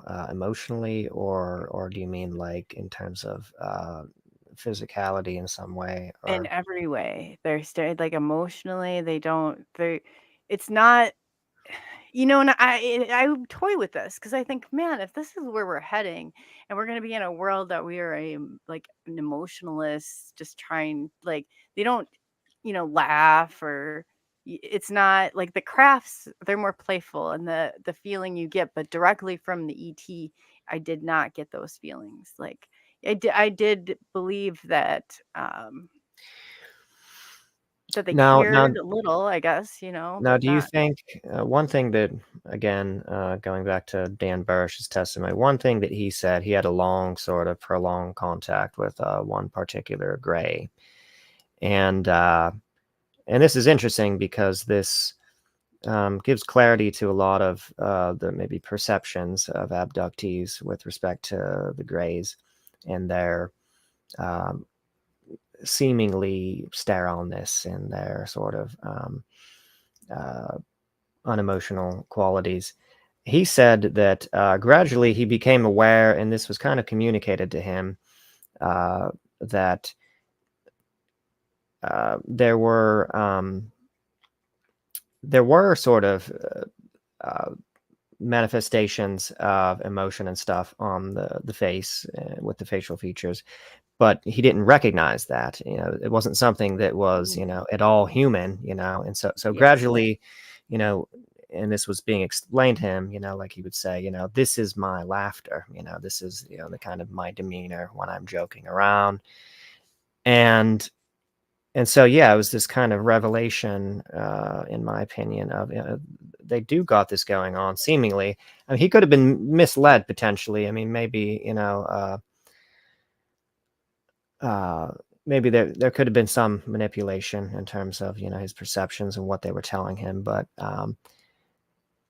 what you got from that, yeah, was that your initial perceptions of lack of emotion and real kind of like what they refer to as the kind of scientific gaze, you're just a sort of lab rat, they're not interested in you as a friend, might be misleading. It might not be such, and there might be just this kind of barrier of us not understanding the physical Absolutely. manifestations of their emotions. Yeah. And I don't think particularly they had, like I said, it bothered me with how I felt like they were interacting with the children, that they didn't have like that empathy or nurturing. But on the other hand of it, like we don't I don't know exactly how to perceive. And a lot of it felt so when they would have they try and show me like what the human experience was like. I was thinking, man, this is nothing like it nothing like the real deal here. Like I can see why these kids may be having a little bit hard time adjusting if and it was so but there was funny qualities, where quirky qualities, like why would they have this big red rose hat on and like dress like something you'd see your great Mm-hmm. grandma or something, in their trunk or something, like what is that about? So there was some where I found it humorous, but I don't necessarily think that they were trying to be humorous. Mm-hmm. So, I don't know Interesting. though. That's speculation. Yeah. It wasn't So like going. telling me a joke or anything, it's just not. Yeah. So It going seemed more back to business. right. So going back to these new humanoids, what were this? What was the context again? I mean, so you just said you started having experiences with these. What was the first one, or what was There the? was two of them. Like I said, I do have a picture that I felt where I felt them, that they were close by. They seem to be more of the middle ground, where they're not they still have characteristics that Now, are are unique, where you you can seeing tell them these? apart. Okay, interesting. Are you seeing these on board a craft, or I what was did the environment? the first time I did, and I've never directly seen them here, like in the here and now. I got a picture. Like I said, you could see them. I was like, "Oh, I recognize them. That's exactly." So I recognize them, but I do remember them being distinctive, and I remember that their planet was orange, and they lived beneath the surface. So when you looked out, it was like almost like this cave-like structure. So when you're looking out, and I didn't understand this at first because I thought it was like Sirius, like connected to Orion's belt, because that's what I thought they were Syrians. But in learning a lot later, there's actually like, I guess like a type that's goes by that name. So I think that the It goes by Orion's what belt name? was so deeply Hmm. connected. Like I thought they were like from planets, I thought they were Syrian, or like from planet Sirius. Like, but I don't think that that's exactly. I think that was the connection. But there was like a try where we thought it was like a bi planet, but it's actually a tri-planet, and they're from that third planet. And it's an orange structure as like a dust outside. It's not orange like rust. It's more orange, like a cross between red and orange. And when you look out, so you're inside of How was some this sort of information structure. conveyed to you? Or were you shown stuff on I was monitor or there. psychically? No, I was able to look out. I was there. They They seem more brought you like your friends. Yeah. Like they were kind of watching, there to watch, they could blend in a little bit different. They were, I would say, more multidimensional than I felt the other ones where I think that they had the ability to, you know, materialize, obviously, if I got a picture. And that's the only picture that I have.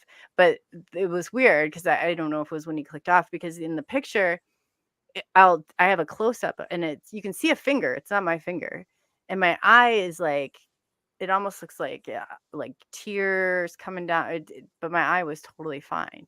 But in the picture, and then you can see them Do we like have this behind picture?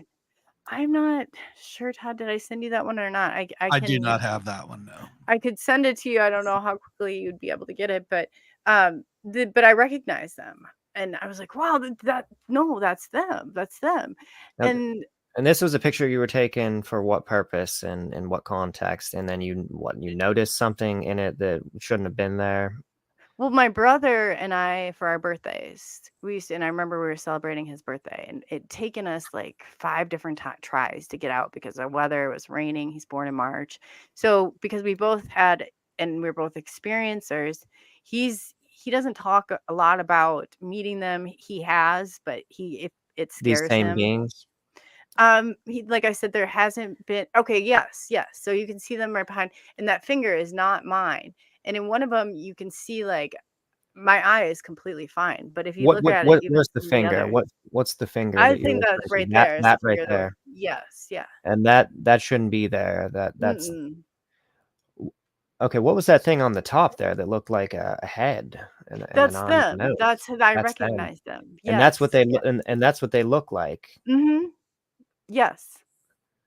So you Now, can is that see just a how it's shadow? kind of even like has a little color in his cheeks. Like, I mean, That that's why I felt like that's the middleman. and Is that's what I how they kind of thought. appeared to you in your conscious memory recall when you're with them, just like that. That's Yes. interesting. Now And those see dark his eyes, is that nose, a he's got yeah, their eyes though, they don't have pupils. It's like those they're more rectangular, like they have like glasses, like I'm trying to think of what type of glasses they would be, but yeah, I can see him right there. Especially the second one.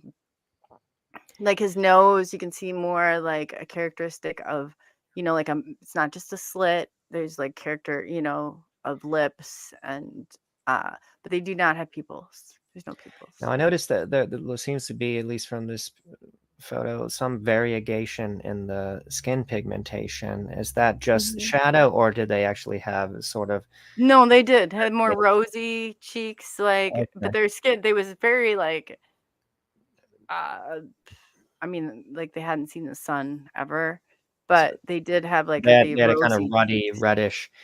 Now, I Mhm. almost wondered if this was similar to the beings that one of John Mack's clients, one of the ones that was who went on Oprah with him. I don't know if you guys ever saw that.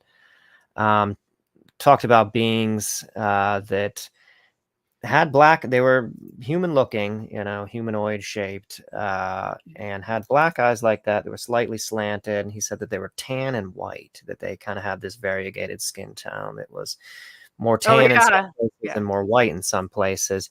But then he also mentioned that surrounding the eyes was a kind of gray border around the eyes, according to him. And that there was some strange things about these beings, and occasionally they would wear clothes. They would have on glasses sometimes. And some of them had, in some circumstances, military uniforms on, which was really strange.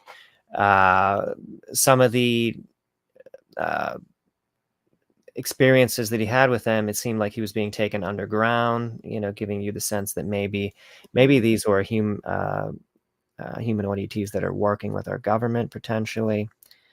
Does that I would ring any bells? say now where I was and where I was looking out of, I'm not certain. I can just tell you that when I looked out, that it was like a dust on the outside. I felt like we were in inner core of something. And where I was looking out into, I don't know. I believe it was space or what was around. It wasn't like I could see really much of anything on the outside. They were definitely living inside. And like I said, the outside, I just distinctly remember it being like dusty and orange, like the planet So structure you don't itself. think that could have been Mars potentially? I don't know. I really don't. I from an I don't know. I don't know. I've thought about Although, this so many yeah. times, like how, because you look out and it's not like it's completely shut out because you can see like through like a cave. It's like a bigger window, but it was arched, like kind of like a cave way. You didn't go out into it, but I just remember standing there with them looking out. So them showing me kind of where they Mhm. lived or where they were from, or And I didn't know it. they gave you the impression that they didn't go outside, that you couldn't go Yeah, they outside, definitely maybe. didn't, no. But it Okay, wasn't so that shut down, there was just nothing on the outside but this orange dust, so they how they traveled or what these, but I just remember I was looking out of this cave-like structure, not quite as big as a cave, but like a huge window. So I could, tolerate the atmosphere that much, but they were not like were not outside or living outside. They were Mhm. definitely living with inside. And Okay. where that was, I don't know. So I don't know. perhaps it wasn't Mars, because I know, I mean, from a lot of the SSP whistleblowers, apparently Mars doesn't look red. It looks more like Arizona or New Mexico. That the redness might have been some manipulation with the imagery that we've gotten from NASA, and that there's also a thin atmosphere, a breathable atmosphere, that's Mhm. on Mars, or at least in certain regions that you can go out in. It's uh, There were no, like, restrictions or, like, you weren't enclosed, like, you could literally put your head outside of it, but from what I oh, gather and the information is that what we think is a bilateral star, it's actually a trilateral, what do you and mean that when the bilateral and trilateral? Are you talking I about like a like what Sirius say that there's two stars, yes, right? right, but You're there's talking about actually the numbers. 3. Okay. So that's what they that's like a third where we say there's A and B, but no, there's C, and there's always like a triangulation. I don't know Hmm. how else to explain it, but that's what was communicated. So whether or not, I don't know. That's all I do know. So I thought that they were saying that that was kind of like, so I was kind of confused, but it definitely is connected to Orion's belt. Definitely is connected to Orion's belt. Um, Would this be an accurate? Something similar, yes, yes. Okay. Hmm. Yeah, so you would look out, there's not, really any noticeable structure, there were hills, there There were were the hills, dust, like what I mountainous, call like dust. hills or mountains More hill, well, like you're showing me a picture like right that. here. Yes, that would be similar to what I saw when I looked out. What are we looking at? I'm just looking at different pictures Oh, okay. to use as a reference. I know that Yeah, that's no, that's a good one that you pulled because I was thinking, man, that's probably the closest. I couldn't see light like that. It didn't. It was lit where you could see. It was. I would describe it right there. That first one's probably the closest I've seen to it. But I seem like I was maybe up looking out where that looks like it's a flatter surface. Where I think this was like a rounder structure, or you're kind of like layers or levels. Um, that's the only way I can describe it, but And there was no, that's a good one. Yeah. glass. You said you could Mm-mm. put your head right out that opening, which is really peculiar. I wonder, because you said it seems like, the environment was hostile. They didn't go out into the environment. They didn't leave the enclosure. I don't know if Huh. that's just maybe like they're, where we obviously Mhm. inhabited the outer planet, but maybe that's just the way that their planet is like a hollow Uh-huh. planet. I don't know exactly if that's what it was, but when Okay. you looked out, it wasn't like you saw like shopping malls or anything like that. It was just that orange Just dust terrain. and Mhm. yeah, just terrain. And there was, not like maybe some craters and things Yeah. like that, but Which is nothing. an indication if they're building sort of under that's kind of how Mars is described. A lot of the facilities are underground, but yet there's sort of portions of it that are reaching the surface. And normally, I think, it's been suggested that that is because there's not, maybe the atmosphere doesn't have like oh a magnetic field that blocks, the harmful emissions from the sun and things like that. And that's why all of the structures and habitations are underground. And perhaps it was hostile, but they just had some kind of barrier there that wasn't obvious, that wasn't glass, and feasibly, they may have some kind of protection there that isn't just obvious. It's not glass, it's something else, some kind of, I remember leaning forward out it. That's the only reason. Like I remember sticking my head out there. I wanted to see what's out there, and there was nothing.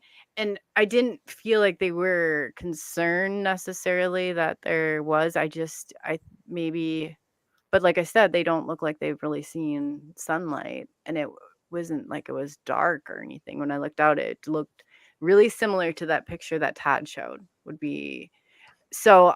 Like I said, a lot of times, down the road, for whatever I call it, points of reflection, it doesn't make a whole lot of sense to me at the time. I used to get really caught up in like piece by piece. What does this memory mean? What does this mean? What does this mean?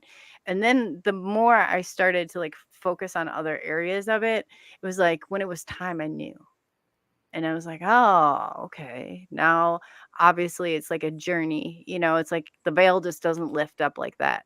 It's something that takes time to happen and adjustment, and you notice like the changes in yourself, everything. The I can't even tell you how much I've changed in my focus and direction. It takes your life course, and it flips you like to a place that you never thought that you would be. But why?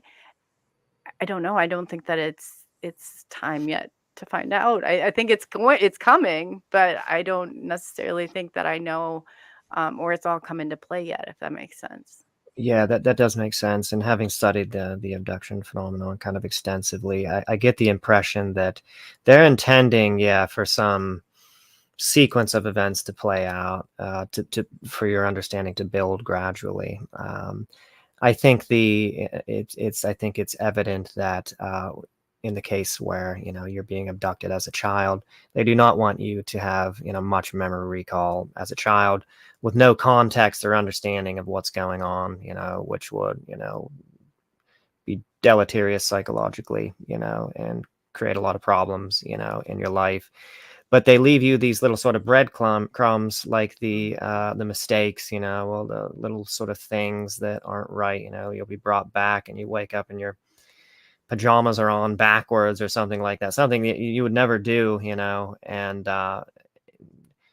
they're giving you little clues to let you know that that something is taking place, and I think they do intend for you to put it together when you're more mature, or when you start to incorporate some understanding maybe of Well, ET. what's interesting when you're saying that is that the one that was on the back of my leg that I drew the star map of, that Mm. is significant to them and their location. So how I drew that picture, like where it looks like a little kid scribbled, but they're like stars you can see. And then it showed up on my leg like 6 months later. And my son saw it. I went to get it. He's like, "What is on your leg?" And I was like, I had shorts on. And I was like, "What are you talking about?" Drew it in December. And then it ended up, yes. So I remember that being significant enough for me to I thought that that was like a point of how the structure was when I'd see UFOs. So then, like I said, I do that in December. It would have been 2018. And then by July 2019, that's when I remember waking up and my son, it's not any of these. You'll see it. They look like, they almost like raised a little bit. They're red marks like that. When I turned it pretty well matched up to that picture. Okay, right there. That's my leg, the back of my leg.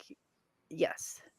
So if you These start just showed counting up. them, These just showed up one day out of the blue, and no mm-hmm, physical explanation. mm-mm. Are they No, but I bumps? Are they knew bumps, or are they just red blotches? there, like you could kind of feel that they had been raised, and then they were almost like a maybe like a pin mark in them. But my son saw them. I didn't even notice them. he saw them when I got up, and it would have been July at that time. When I drew that, it was freezing cold out. So this would have been in July, and I was like, wow, what the heck is that?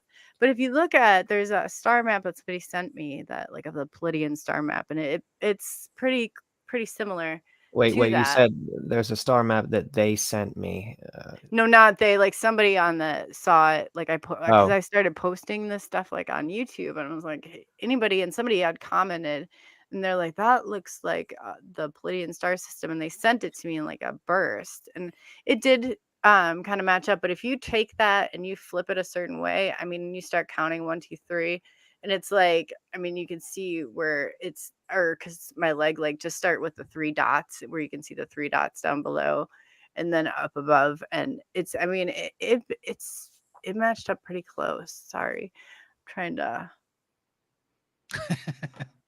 like, yeah. So maybe my drawing. So, but if you take that, I guess where you had it before is probably the best. But if you start counting that, like the picture, and you start matching those up, it matches up where I knew that was the picture that I had drawn.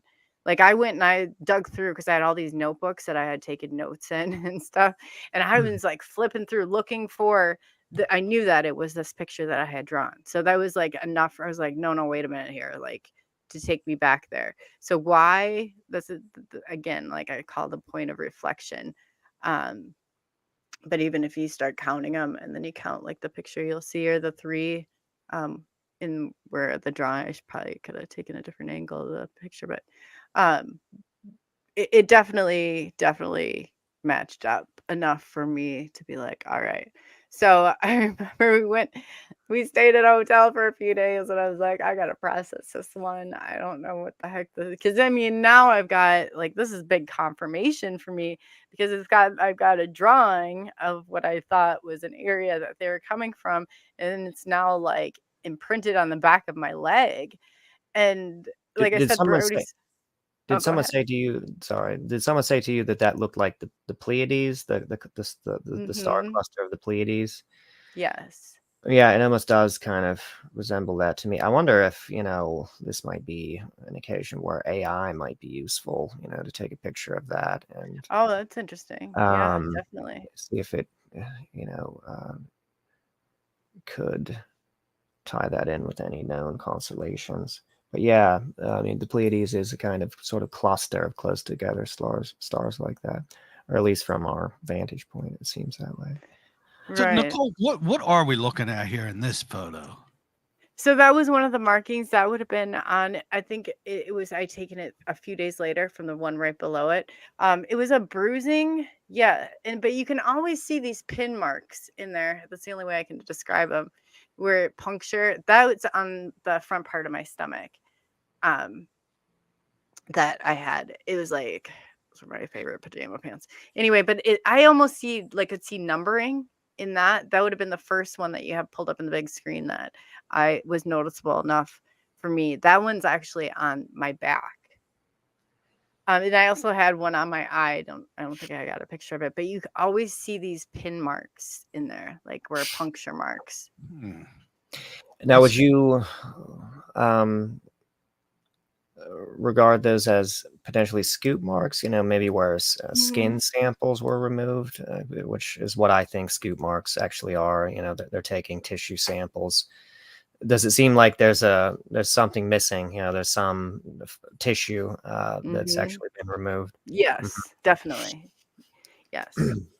And I think that it's numbers started popping out. I know it sounds really weird, but like I know that when I see like 47 in the sky that it's gonna rain, there's just different ways that I think that they communicate. And I see it like numbering and lettering. So I don't know if it's a marking system in a way too, or if it's like maybe it's like what I needed to heal, and that was like their, I don't know, their protocol, or What part of your body is this again? that is my abdomen. That's your abdomen. And it all the markings, and even in there, all were on the right side, and that is what I lost during surgery. So that would be like on my back, my lower back, was on the right side though, all of them. And they, like I said, they didn't last, but I do see like a pop, I want to say like, like, but there's different areas where I'm like, okay, I can definitely tell that that's where it was. And it very, very much like shakes your core. Yeah, So and talking to other people, I'll hear people now and again describe something they have, and they'll say there's symbols, there's numbers, even though I can't see it, or possibly Jim or anybody else can't see it, but specifically. yeah, that's interesting that you say that, because I see it and I'm like, I see 6 4, like, yes. So it's definitely and they heal a lot quicker, but like I said, like I can see like F274, like it's really weird. So, and I'm Did you just say wondering. they heal quicker than would be normal? Because Mhm. that is another sort of a feature of abduction markings that people have noticed, is that they seem to heal quicker than normal. Yeah, they disappear. Right. And there's not a pain like with them, like you would think. The one looked like I went down on gravel. Like the first one I had, like I had like literally gone down and there was like gravel, there was indentations. So there definitely was skin that was missing. I had one on my eye that was really interesting. I don't know. I couldn't find the picture of that one. I thought, oh my God, I'm gonna have this by my eye, like a broken blood vessel almost. But it came down. I was like, oh, this is great. But I remember standing in my bathroom and looking, and I was like, oh, they can see through me. They're seeing what I'm like their eyes down here is what I got from that. And I was like, like, I don't know, like you tampering with my, because you're going through all this stuff. Like, yeah, I didn't ask you to tamper with my eyes here. I didn't necessarily like sign up for all this, even though I did ask for the tour. And I was like, I want to, give me the tour. Yay. But, it's like, then it actually happens. And it's like, whoa, what do I do? How do I, what do I do with this? Like, who do you call? And I remember calling Mufan Dave, and I was like, now what do I do? What's next? And he's like, well, we don't know. And I'm like, what do you mean? There's like no protocol for, what do you mean you don't know? And he's like, well, we don't know. We're just, and I was like, so there's nothing once you get aboard these ships, like there's nothing from here that you can tell, safety wise, or, so I was really just, I remember being disturbed by that. And I was like, that was kind of what set me on. I'm like, I'm finding the step 2 in this. Like, this is step 1, but how do we more consciously interact with them? How do we, and there's ways where I think that like I said, there's confirmation where I've been looking out, and then they'll like show me like visually a picture of something where I haven't necessarily seen the craft like right there, but it's like answering the question. But then I'm like, oh great, now I gotta go on the search again and figure out what the hell this means, because it's not clear cut, dry, like real specific here. It's like we're telling you. And they also said something very interesting too, is that we experience time backwards. Who's That we this now? actually, Which group is this?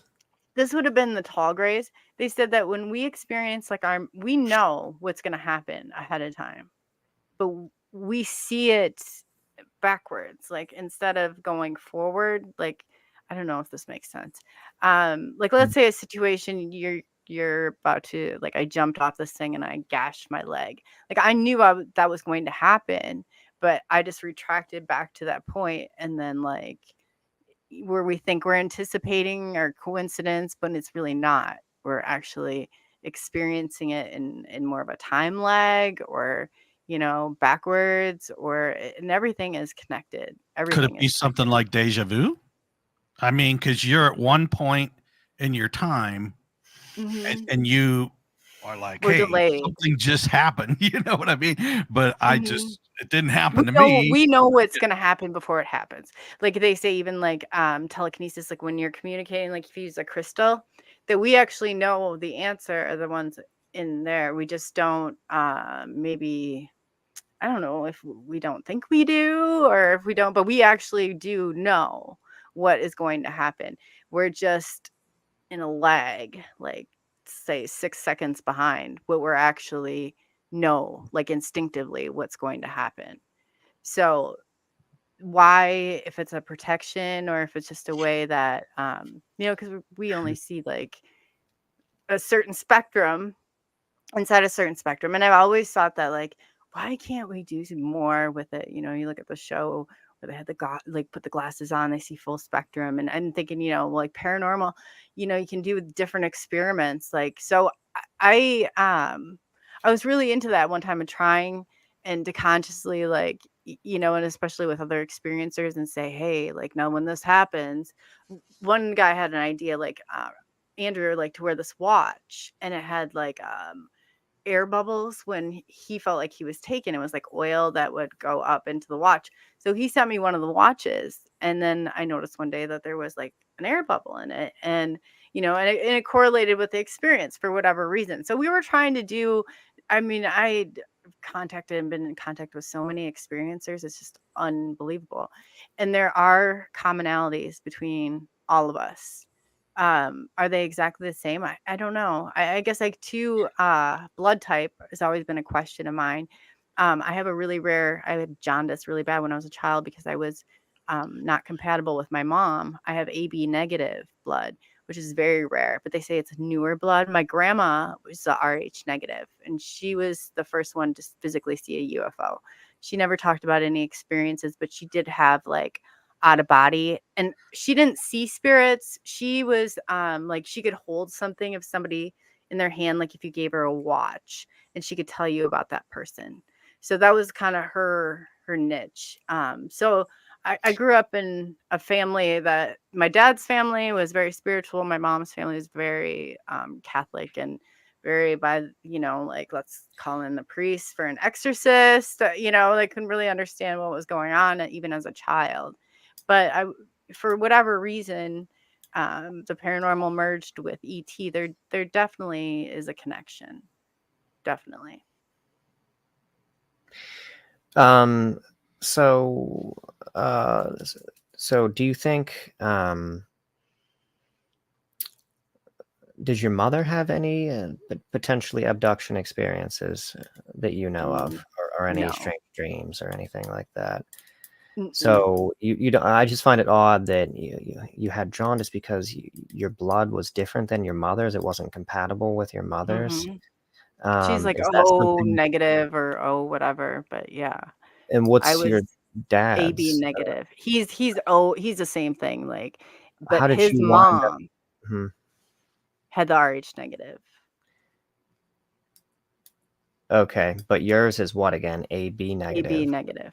Okay, so how did you wind up with such a different blood type? I mean, does that happen? Or I just wonder, Yeah, no, that's what she said too. She goes, because I'm the only one out of I have 5 siblings. I'm the only one that has it. And she said, so when I go in for like surgery, everybody can have my blood, but I can't have everybody's blood, is the way they explained it to me. And it's not like the RH negative, like my grandma, where she'd have to get like an extra shot with things, or there's like different precautions that she'd have to take. But with her blood type, but mine, and then I happened to like come across, I don't know, somebody who was studying it, because there's not a lot. There's a lot of focus on the RH negative, but they say that the AB negative is like newer. That it's, that they think like the first group of people would be the RH negative. Now the descendants would be the like the AB negative and I don't know if it's a correlation to a certain type of ET, or if it's just more of an identifying on who I may be, or because you have a connection. I don't necessarily, after all this, feel like Earth is like, I'm earthbound. I think I'm stuck here for whatever reason. I think I probably agreed to this before I came here and could see myself, oh yeah, no problem. I could get through anything, like, but I definitely think that, we're connected to them in a way. Not all of them, but definitely, maybe not, all earthlings, or maybe for whatever reason. But yeah, I really don't feel that way after all of it. I feel like, get me off this crazy planet. I don't belong here. Like this, because you start seeing things so differently, and it's like, okay, and to try and talk to you, just anybody, there's a gap, that's like, okay, I'm never like, some people, like, I think my mom, she could just be content, like, if they told her anything, oh, okay, she's kind of like one, and I'd be like, what? Like, I've questioned everything, and then it just feels off. Like, there's things that Mhm. so I detect things or um anticipate things different. Well, Mhm. it's like when you're born, uh, you're conditioned from the moment Hmm. you come out of the womb, and that continues on throughout your life. You're taught what to do, what you can do, what you can't do, um, especially when it comes to religion and churches and all that good stuff. So you're completely conditioned, and as soon as you start to uncondition yourself, that's when you start to notice things that you've never noticed before. But see, I believe, like, I used to get in so much trouble. Oh, you would not even believe how much trouble I get in. Because the priest I went to private school, so he started talking about, and I couldn't help it. I'd sit on my hand, I couldn't help it. And then I'd be like, well, how do you know this or how do you know that? So out in the hallway that I would go. So I've always questioned, which has been like my mom's annoyance, because she's like, you just have to, some things you just have to accept. And I'm like, okay, well, who created, I just had like a bazillion, I just couldn't accept something because it didn't make sense to me. And I remember telling them when I was younger that there's no core to the earth. They said there's no inner core, and which voids the outer core. And why, like, I'm not a scientific person, but I'll tell you that from a young age, I've always, that has been certain in my head. So how or why, I don't know. But that's definitely, I struggle still with that, because I'm like, in my head, that's the reality of it, and then I'm thinking, man, you think about it, I learned and did research from an Encyclopedia Britannica, and that's how I wrote the papers and the conditioning, but I just didn't buy into it completely like other people could. And it's not been necessarily, people don't really, they're not really receptive to all that all the time, but if something, I can't just go along with it. I can't just be like, "Oh, okay. Yeah. No, I dig. I have to go through these layers." And it drives people insane sometimes. Like, "Well, why do you have to think so deeply about it?" I'm like, "How do you want just accept this and not want to know the answers and behind it?" So, I Like, feel that. that's more bizarre, what's bizarre is the people that, just all of a sudden, realize, I mean, it's understandable, in childhood, you might not think about these things, but at some point, it dawns on you the strangeness of our circumstances. We're just on this, floating spherical rock, suspended in, what we've termed space, but we don't even know, I what know. this is. And we don't, like, we just go through life, not thinking about the elephant in the room, I mean, Mhm. it's just, it's really astonishing. I mean, there's just something there that, it just reeks of I just don't think programming. not everybody has that desire or that curiosity to know. And there was just things that But I wow. Yeah. I don't know. See, I feel like some people are here, they're like the programmed, like, I feel like, okay, so if you look at it, like, some people are players here. Like, there's players, and then there's like the people here, like the repetition. The They NPCs. go their day to Mhm. day and their routine, and they're like the residual. So I think that the players will come to light, like, the more I think that we're connecting. For all I know, this is a way that we're supposed to connect.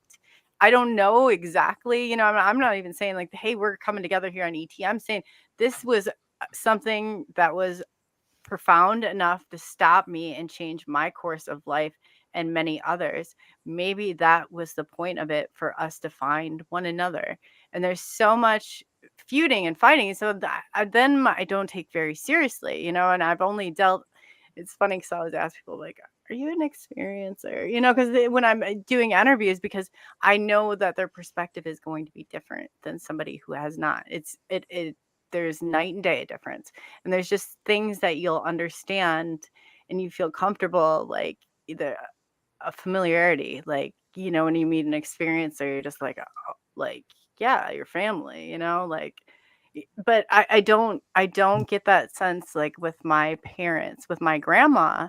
Now I did have a very strong relationship with her, and she was very intuitive and saw, like I said, I but then I'm thinking about it and I'm thinking, man, if my grandma hadn't seen one and told me her experience about the UFO, would I have bought into it even if I saw it, or would I have been like, oh, it's our government, there goes our government again, you know, like whatever. I just think that all those things had to happen for me to take it that seriously, and for me to, you know, investigate it and live it, eat it, breathe it like I do. Right. Yeah. You know, I find your story, it's very, very fascinating. Some of the things that you've went through, uh, definitely fascinating. Jim, is there anything else you'd like to ask? Yeah, just one more thing. Yeah, I mean, I was just curious. Have you been hypnotically regressed? And no. And do you? I go into hypnosis very, very easily too. There's When I another. was There's younger. another commonality with abductees. That they just are easily Oh, I didn't hypnotized. know that, but yeah. Yeah. Yeah. Oh God.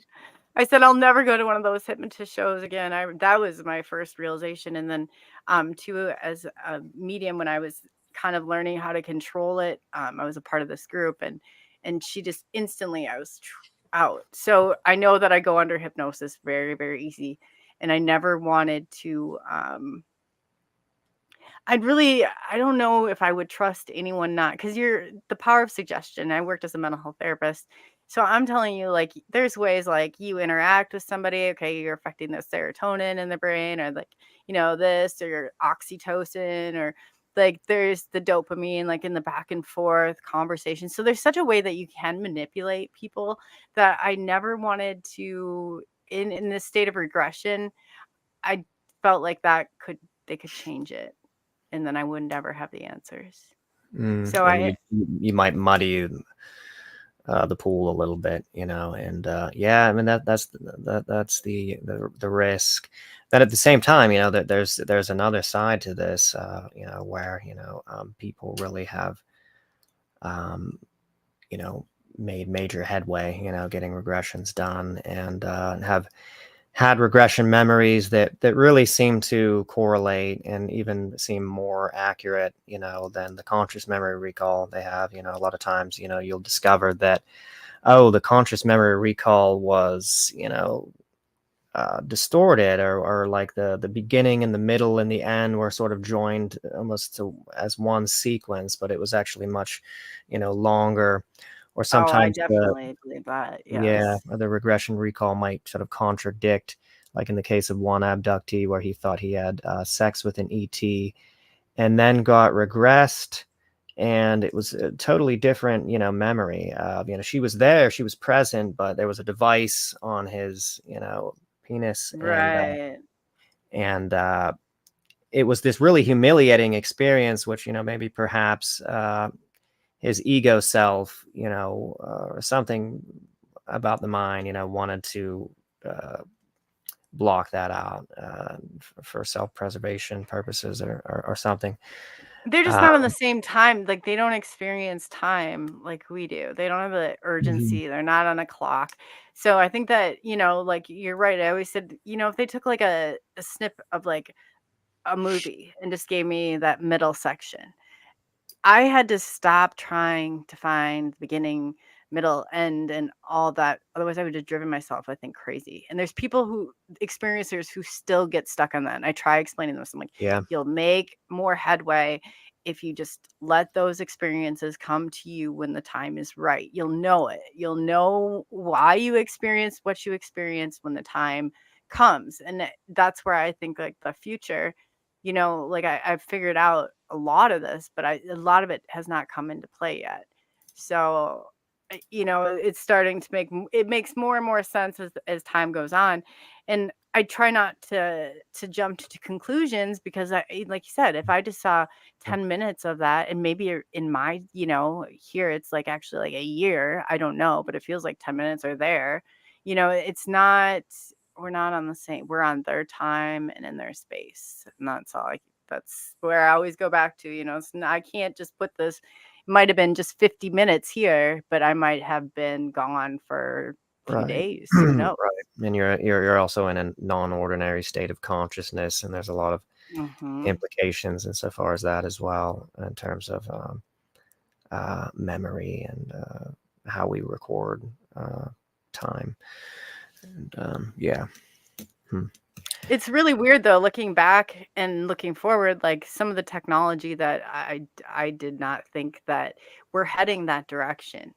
Like we're heading into a virtual where a lot of what they were showing me is that virtual world, and that's how they experienced it, and everything being recorded minute by minute, where we tell a story. If you ask me to go minute by minute of what I did yesterday, it's impossible.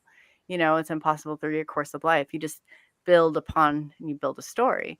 So in seeing that, and then seeing now, like I remember when my son got some VR goggles, I was like, oh, like we're heading there. Like this is it right here. So I do believe a lot of their technology is within our government, and that it is, understood long before we get our hands on it, because I see we're heading down that direction. I really do. And I think that's where a big part of the merger, and maybe that's where they'll be able to come out too. And people won't be alarmed by maybe some of their characteristics or how they act, but we're heading there. We're heading there. Yes, we are. In fact, with AI and that right now, it's we're definitely heading in that direction. Now, Nichole, if somebody wants to find out about you and research you, what do they got to do? Where they got to go? I mean, you know what? I'm on Twitter, I'm on Facebook. I either Nichole UFO, but you can go on Nichole Weber and Facebook. I changed it to Coley because of the radio show, but I'm right there. I'm willing to talk to anybody. I'm very open about it. I'm here to learn, and if I can help provide somebody else with answers, please, by all means, reach out to me. I'll talk to anybody.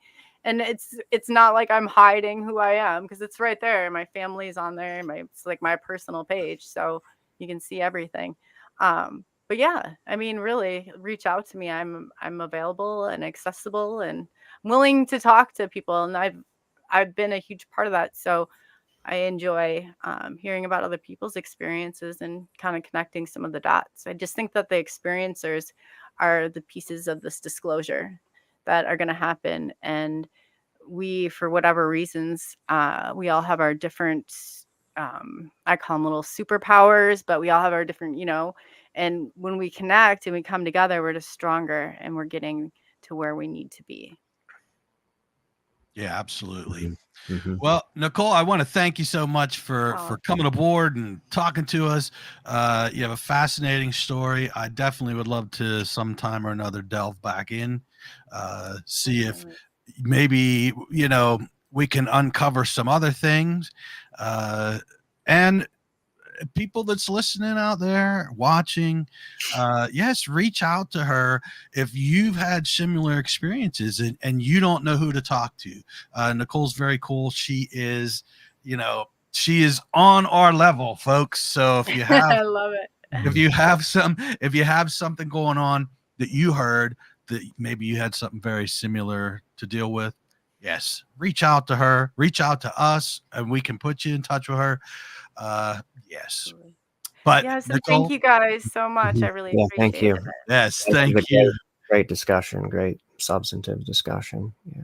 All right. Now I want to thank everybody out there for listening and commenting and hooting and hollering with us. It was a good time. I want to thank everybody so much. All right. Take care now.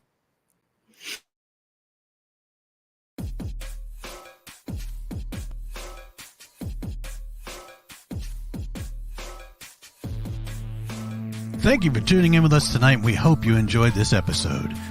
Please be sure to like, subscribe, and follow to receive notifications when new content is made available. A Paranomaly Beyond Disclosure is looking to talk with ufologists, researchers, investigators, contactees, abductees, channelers, and more for upcoming shows. Or if you have stories, photos, videos, questions, suggestions, or comments, please contact us through Messenger or email us at paranomalypodcast@gmail.com. You can also visit us at paranomalypodcast.com for more content and information, including all our social links. I thank you again for watching or listening, and we hope to see you on the next episode of Paranomaly Beyond Disclosure.